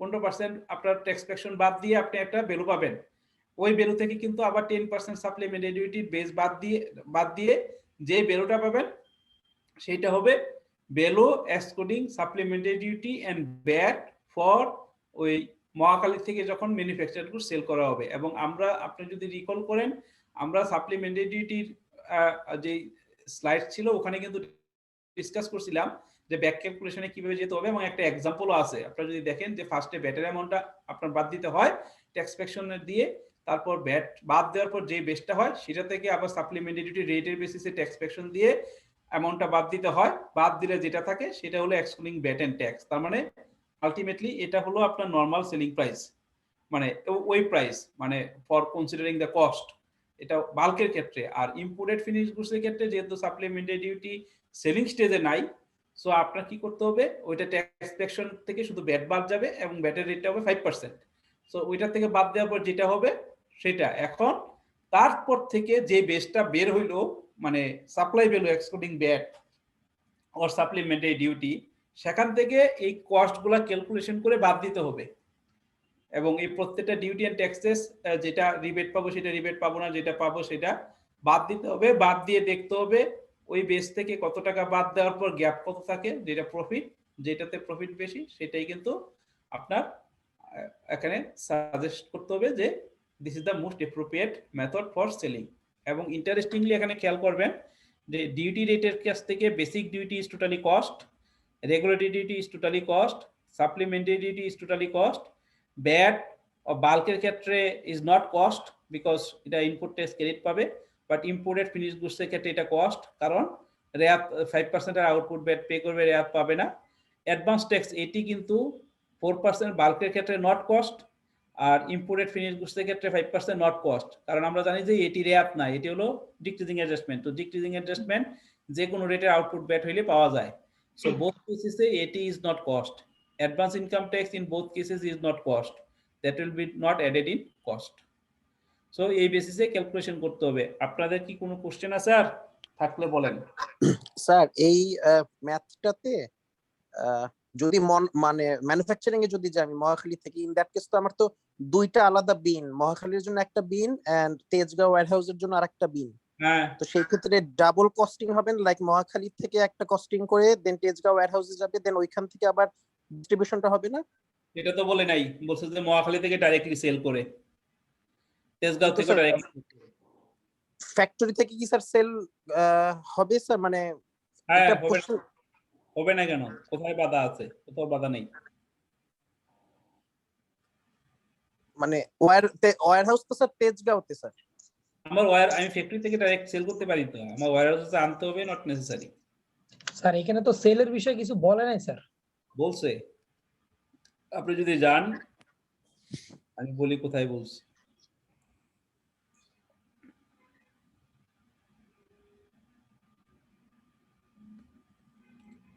এই যে দেখেন ফর সাপ্লাই, এই যে এডিশনাল ইনফরমেশনের 1A for supply of product from Mohakhali factory it follow standard rate, তার মানে মহাখালী থেকে ডাইরেক্টলি পে করে দেয়। while for other premises it follows trade VAT and follow a fixed VAT rate of 5%. হ্যাঁ, so এটা দ্বারা ইন্ডিকেট করতেছে যে আপনার মহাখালী থেকে মহাখালীটা দিয়ে দিচ্ছে আর আপনার তেজগাঁও থেকে তেজগাঁওটা দিয়ে দিচ্ছে। মানে মহাখালীকেও আমি একটা সেলিং সেন্টার ধরে নিব স্যার, তখন দ্যাট কেস ম্যানুফ্যাকচার ফ্যাক্টরি থেকে তো আপনি ডাইরেক্টলি সেল করতে পারেন অ্যাজ পার ল, এখানে তো কোনো বাধা নাই। তাহলে স্যার এই ইনফরমেশনটা কেন দিল স্যার? সেপারেট বিন ইনফরমেশনটা তো খালি দরকার ছিল না। সেপারেট বিন তো নিতে হবে না, আপনি এই ফ্যাক্টরির জন্য একটা যেহেতু, আর আপনি ওয়্যারহাউস যেহেতু ওখানে ইনপুট করেন, ওইটা আলাদা premises as per the law, আপনি সেপারেট রেকর্ডস মেইনটেইন করেন। সো এই জন্য আপনাকে ইনফরমেশন দিছে যে সেপারেট বিন মেইনটেইন করে, এটা তো ঠিক আছে, পয়েন্টটা তো ঠিক আছে। কারণ স্যার যদি স্যার আমি যদি তেজগাঁও থেকে সেলটা ধরি সেই ক্ষেত্রে পুরো অঙ্কের অ্যানসারটাই চেঞ্জ হয়ে যায় স্যার, এই জন্য তেজগাঁও থেকে সেলটা ধরবেন কার জন্য? ফিনিশ গুডসের জন্য। আর এই যেটা আপনি প্যাকিং করবেন, প্যাকিং করে মহাখালী থেকে সেল করবেন, সেটা সেল ধরবেন মহাখালী থেকে। এই জন্যই তো আপনাকে বলছে যে কনসিডারিং আপনার ওভারঅল ফাইন্যান্সিয়াল কনসিডার করে কোন অপশনটা আপনার মোর বেনিফিটেড, মানে প্রফিট ম্যাক্সিমাম প্রফিট ওরিয়েন্টেড, সেটাই তো আপনি প্রপোজ করবেন, সেই জন্যই তো এটা করা।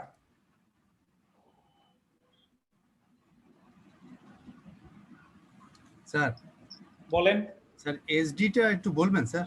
এসডিটা ভাইয়া বলেন। ওই যে number 5 there is 10% supplementary duty. So মেনে আমরা জানি যে আমরা যদি এসডি ক্লাসটাকে একটু রিকল করি, আমরা জানি যে এসডি যে কোনো যে ক্ষেত্রে এসডি অ্যাপ্লিকেবল সেই ক্ষেত্রে এসডি শুধু একটা স্টেজে দিতে হয়, একবার একটা স্টেজে এসডি দিলে অন্য কোনো স্টেজে দিতে হয় না। তো যেই প্রোডাক্টটা প্রোডাকশন হচ্ছে সেটা ম্যানুফ্যাকচারিং স্টেজে এসডি আছে 10%।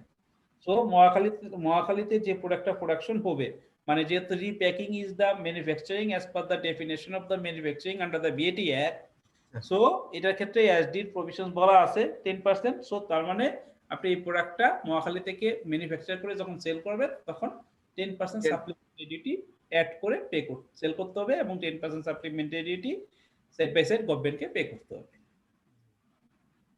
আর ফিনিশ গুডস একটা আলাদাভাবে রেট দেওয়া আছে, এই জন্য ওটার কনসিডার এটা দেওয়া আছে, এটা যখন ইনপুট করবেন তখন ওই পার্টিকুলার রেটে আপনি পে করবেন, বাট যেহেতু এটা ট্রেডিং এক স্টেজে পে করে আসছে আর সাবসিকুয়েন্টলি ট্রেডিং এর সময় আর এডিশনালি কোনো সাপ্লিমেন্টারি ডিউটি পে করতে হবে।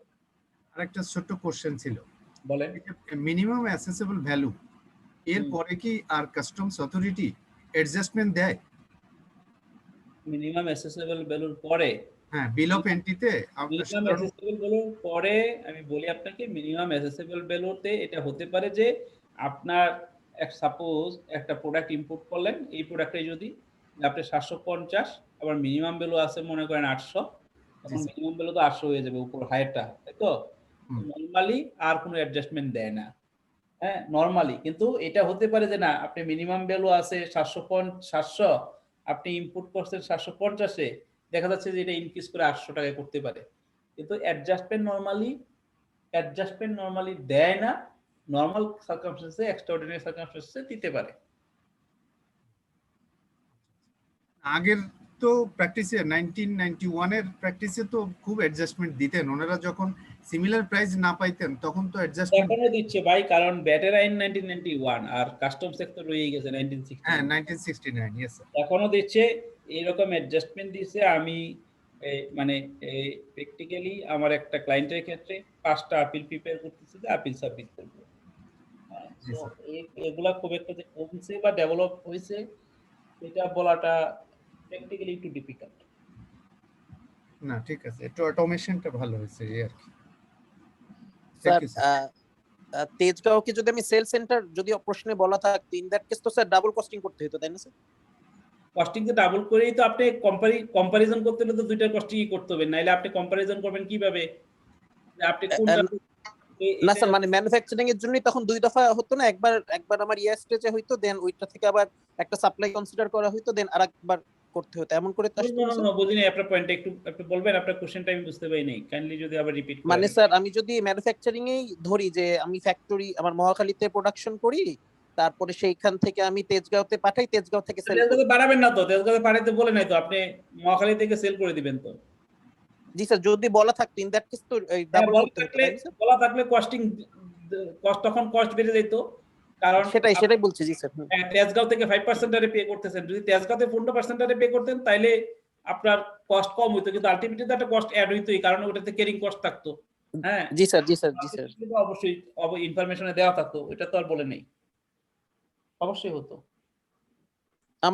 আমি মাস্টারে কনফিউজড হয়ে গেছি, কারণ স্যার ওর তো এক্সিস্টিং ফ্যাসিলিটিতে তো ওর তো ম্যানুফ্যাকচারিং করতেছে, সো এক্সিস্টিং এ তো অলরেডি একটা ওয়্যারহাউস আছে স্যার, তো এক্সিস্টিং ওয়্যারহাউস কি এমনি ফালাই রাখবে স্যার? এইজন্য না ওখান থেকে সেল করবে, এটা তো আপনাকে ওই যে এডিশনাল ইনফরমেশনে আপনাকে বলে দিয়েছে, এবং এটা মনে করার কোনো কারণ নাই যে আপনাকে কোশ্চেনের সবকিছু একবারে ব্ল্যাক এন্ড হোয়াইট মানে একবারে ক্লিয়ার করে দিবে।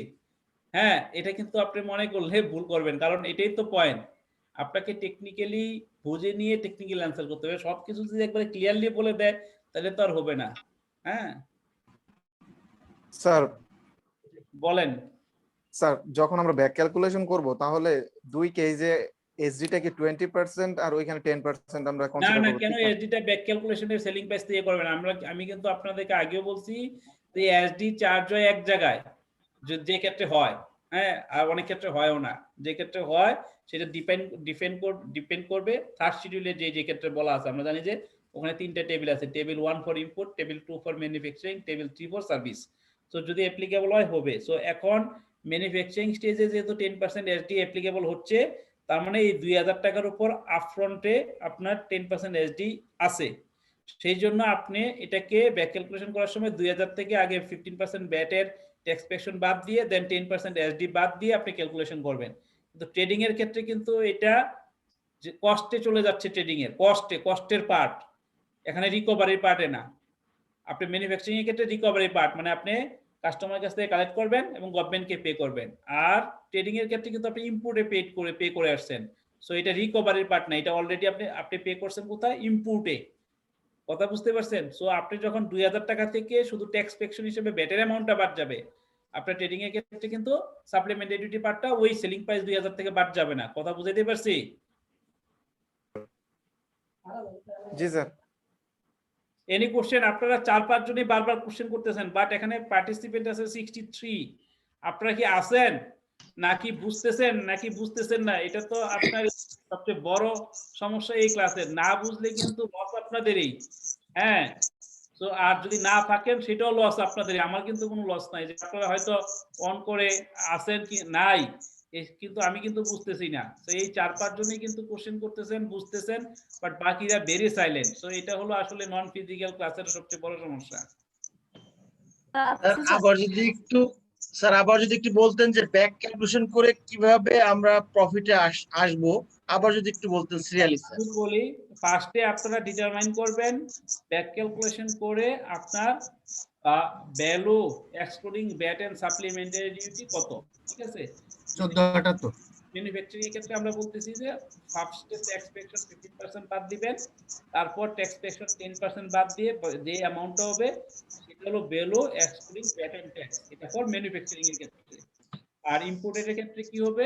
ইম্পোর্টেড এর ক্ষেত্রে 5% হিসেবে কনসিডার করে ট্যাক্স পেকশনে শুধু ভ্যাটের অ্যামাউন্টটা বাদ দিবেন, দেন ওইটা হবে ভ্যালু এক্সক্লুডিং ভ্যাট। তাহলে আপনি সেলিং স্টেজে আপনার গভর্নমেন্টের ডিউটি মানে গভর্নমেন্টকে ভ্যাট এন্ড ট্যাক্স যেটা পে করতে হবে সেটা ছাড়া আপনি বেস্টটা পেয়ে গেলেন দুইটার ক্ষেত্রে। One is for selling, another is for one is for manufacturing, another is for trading. Then এখান থেকে আপনি কস্টগুলো বাদ দিবেন। তো কস্ট বাদ দিতে গেলে আপনাকে কি করতে হবে? তাইলে আপনাকে ডিউটিস এন্ড ট্যাক্সেস গুলো ক্যালকুলেট করতে হবে, কারণ এখানে পার্সেন্টেজ বলা আছে। ঠিক আছে? সো আপনাকে ডিউটি এন্ড ট্যাক্সেস ক্যালকুলেশন করতে হলে কি করতে হবে? ওই যে আপনারা যদি ফার্স্ট ক্লাসটাকে রিকল করেন যে একটা ছকের মতো করছিলাম যে সিডি আপনার এত পার্সেন্ট ইনটু বেজ এত এত, আরডি এত এত, এইভাবে ক্যালকুলেশন করে আপনাকে বের করতে হবে যে সিডির পরিমাণ, এসডির পরিমাণ, আরডির পরিমাণ কত। আমি আপনাদেরকে এই ফাইলটা ক্লোজ করে আমি আপনাদেরকে ওই ফাইলটা ওপেন করতেছি যে কিভাবে ক্যালকুলেট করতে হয়, তাহলে আপনারা আরেকটু রিকল করতে পারবেন। সো আপনারা বুঝতে পারবেন যে ওইটা ওইভাবে ক্যালকুলেশন হবে। সেটা যদি আমি বলি,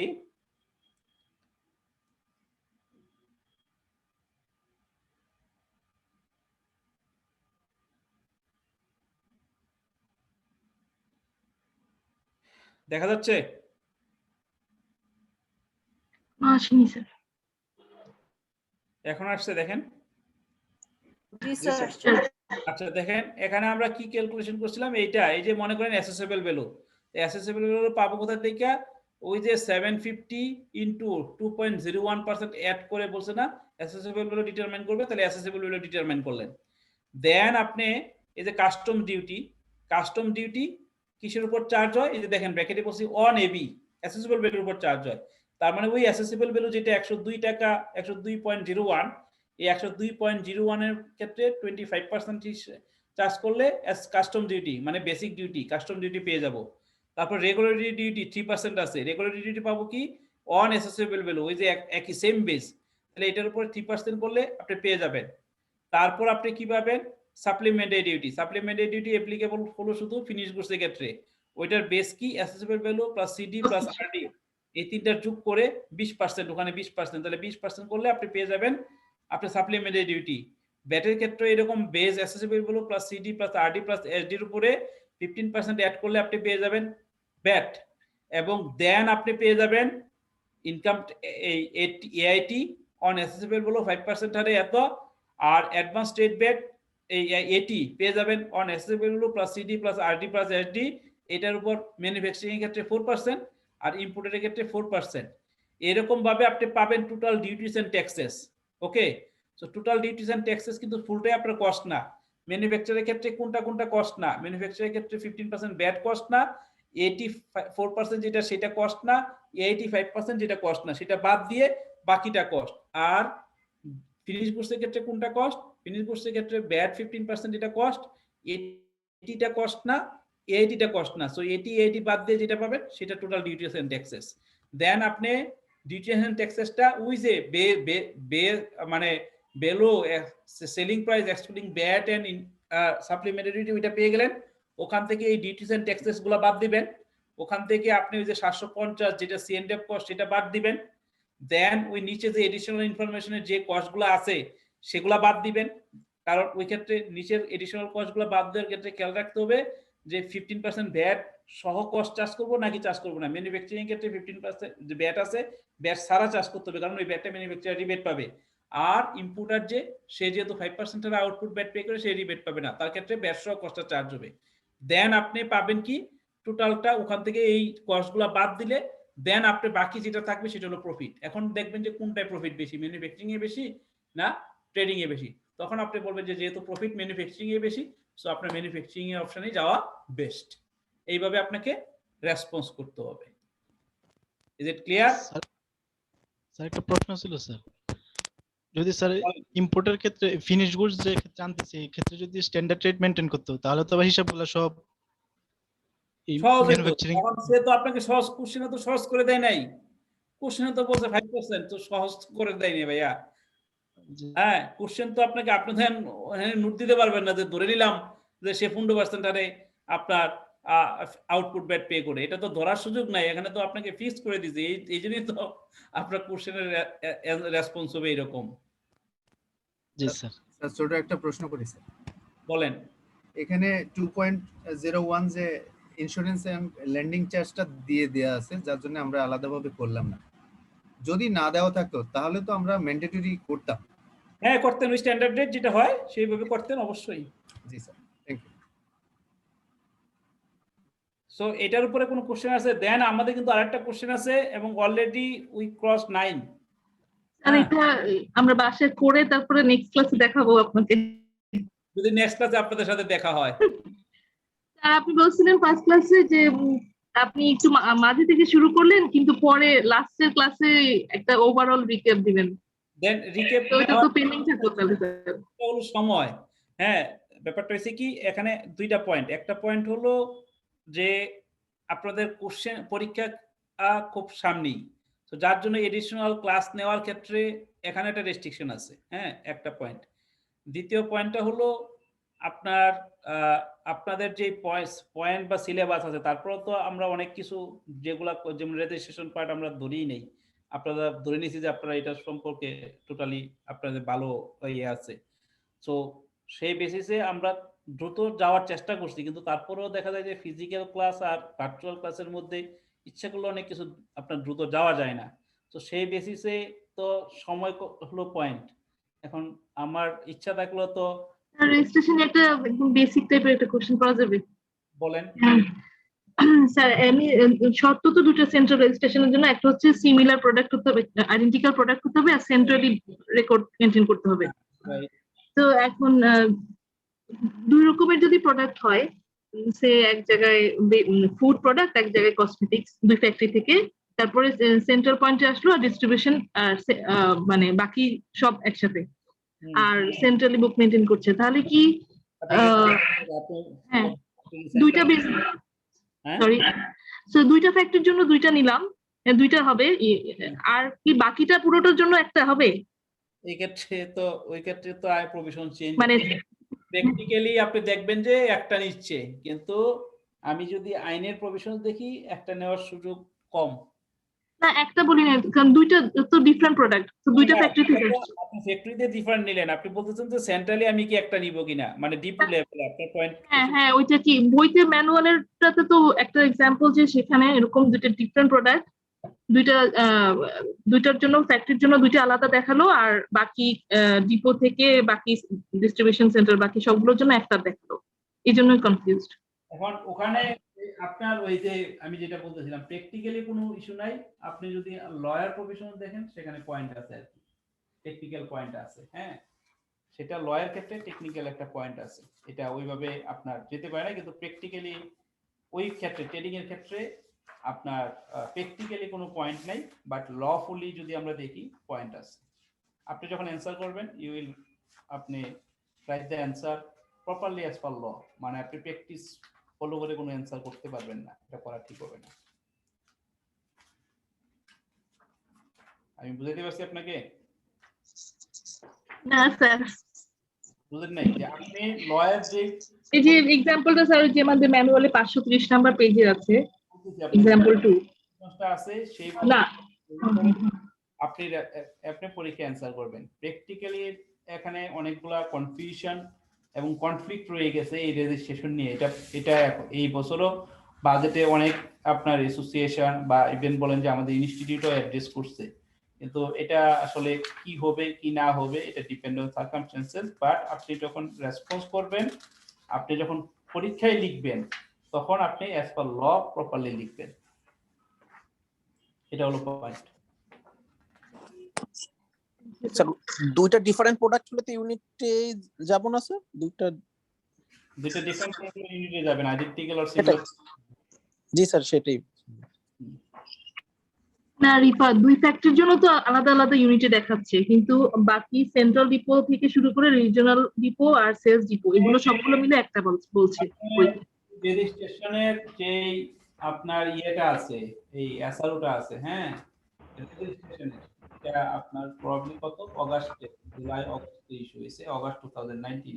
এটা এক্স্যাক্টলি আমার সামনে এখন নাই, তাহলে হয়তো আমি আপনাদেরকে দেখাইতে পারতাম। 263 স্যার, 263। এটা অগাস্টে বা জুলাই বা অগাস্টে আপনার ইয়ে হয়েছে। জি স্যার, স্যার 263। হ্যাঁ, তো সেটাতে যদি আপনারা দেখেন, সো ওখানে কিন্তু ক্লিয়ারলি আপনার ব্রেকডাউন দিয়ে দেওয়া হয়েছে, ম্যানুফ্যাকচার হইলে কি হবে, হ্যাঁ সেন্টার হলে কি হবে। ওখানে কিন্তু বলছে যে ক্ষেত্রে কোনো ব্যবসায়ী তার কেন্দ্রীয় ইউনিটের ঠিকানায় তৎকর্তৃক ক্রয়কৃত বা সংগৃহীত অভিন্ন বা সমজাতীয় পণ্য নিজস্ব মালিকানা ও নিয়ন্ত্রণাধীন বিভিন্ন বিক্রয় ইউনিটের মাধ্যমে বিক্রয় বা সরবরাহ করেন। হ্যাঁ, সো এখানে কিন্তু আপনার law is very clear but practice is different. So আপনাদেরকে আমি বলতেছি যে লয়ের ক্ষেত্রে আপনি যখন রেসপন্স করবেন পরীক্ষায়, তখন বেসড অন ল যেটা আছে সেই বেসিসে রেসপন্স করবেন। Very clear. এখন অন্য পয়েন্ট বলেন, আর কোনো কিছু আছে? নাইলে আমাকে একটু 10 মিনিট। আমার একটা কোশ্চেন ছিল স্যার। বলেন স্যার, সাপোজ একটা 100% এক্সপোর্ট ওরিয়েন্টেড কোম্পানি, হ্যাঁ এখন ও হচ্ছে ইম্পোর্ট করে নিয়ে আসছে প্রোডাক্ট, তার নরমালি যে র ম্যাটেরিয়ালস এগুলোতে তো স্যার 80 নাই, 80 নাই, ব্যাট নাই। স্যার সে যে র ম্যাটেরিয়ালস গুলো কিনে নিয়ে আসছে। জি হ্যালো স্যার। হ্যাঁ, বন্ডেড ওয়ারেজের মাধ্যমে আনলে কোনো কিছু নাই। জি, কিন্তু স্যার সে কিছু স্পেয়ার পার্টস আনে, যে স্পেয়ার পার্টস গুলোতে আবার তার 80 ব্যাট এগুলো দিতে হয়। তো এই ক্ষেত্রে স্যার ওই 80টা কি সে ডিক্রিজিং অ্যাডজাস্টমেন্ট নিতে পারবে ব্যাট রিটার্নের মাধ্যমে? আচ্ছা সরি, একজন আপনারা একটা 8:15-তে একটা নামাজের গ্যাপ চেয়েছিলেন মনে হয়। সরি, আমি আসলে আপনার চ্যাট বক্স রিভিউ করি নাই। হ্যাঁ সরি, সমস্যা নেই স্যার, নামাজ স্যার পরেও পড়া যাবে স্যার, সমস্যা নেই স্যার। এখানে একটা পয়েন্ট ছিল, সরি। সো এটা আমি আসলে চ্যাট বক্সে খেয়ালই করি নাই, যেহেতু সবাই কোশ্চেন করতেছেন। সো আমি ওই পার্টটাই ধরে নিয়েছিলাম, চ্যাট বক্সের কোনো পয়েন্ট আমি দেখি নাই। তো এখন আপনার যে পয়েন্টটা আপনি বলতেছেন যে এটি তো আপনার ওপেন ডিক্রিজিং অ্যাডজাস্টমেন্ট, আপনি যদি পে করে থাকেন আপনি ডিক্রিজিং অ্যাডজাস্টমেন্ট নিতে পারবেন। স্যার তো ব্যাট যেটা পে করছি ওটা কি স্যার আমি নিতে পারবো, যেটা ব্যাট পে করছি? ব্যাট যেটা আপনি কি পে করছেন? এই যে স্পেয়ার পার্টস এর জন্য ইম্পোর্টিস্টে যে ব্যাট পে করছি, আমি 100% এক্সপোর্ট ওরিয়েন্টেড, মানে বন্ডেড ওয়ারেজ ফ্যাসিলিটি আছে, বাট আমার স্পেয়ার পার্টস এর জন্য আমার ব্যাট এক্সেম্পশন নাই। ক্যাশ পার্সের জন্য আপনার ব্যাট এক্সেম্পশন নাই, মানে আপনার ইনপুট এন্টারটেইনমেন্টে নাই। হ্যাঁ, তো ইনপুট এন্টারটেইনমেন্ট না থাকলে আপনার ব্যাট আপনি ক্যাশ পার্সের উপর তো আপনি নিতে তো পারবেন। আপনার এটা রিবেট না, কিন্তু সেটা কিন্তু ডিক্রিজিং অ্যাডজাস্টমেন্ট হবে। সেখানে তো আমি আপনি কোনো পয়েন্ট দেখতেছি। স্যার এই ক্ষেত্রে স্যার ওই তো আমি যদি ব্যাট এবং এটি ডিক্রিজিং অ্যাডজাস্টমেন্ট নিতে পারি, এই ক্ষেত্রে তো আমার রিফান্ড ক্রিয়েট হয়ে যাবে, আমার যেহেতু আউটপুট ব্যাট 0। রিফান্ড ক্রিয়েট হলে রিফান্ড পাবেন স্যার। এটা কি মানে কি বলে, মানে এক্সপোর্ট ওরিয়েন্টেড কোম্পানি এই ক্ষেত্রে কি অন্য কোনো মানে রিফান্ড কি আসলে দিবে? রিফান্ড দিবে না সেটা বলবেন কেন? আমি তো আপনাকে এক্সাম্পল দেখাইলাম যে রিফান্ড গভর্নমেন্ট দিচ্ছে। জি স্যার। এন্ড স্যার অনেক এক্ষেত্রে তো স্যার আমার তো নিয়মিত রিফান্ড ক্রিয়েট হচ্ছে, আমার রেগুলারলি রিফান্ড ক্রিয়েট হচ্ছে, যেহেতু আমার আউটপুট ব্যাট নাই। তো এই ক্ষেত্রে স্যার আমি কি সেকশন 69 অনুযায়ী অ্যাপ্লাই করে রিফান্ড নিতে পারবো?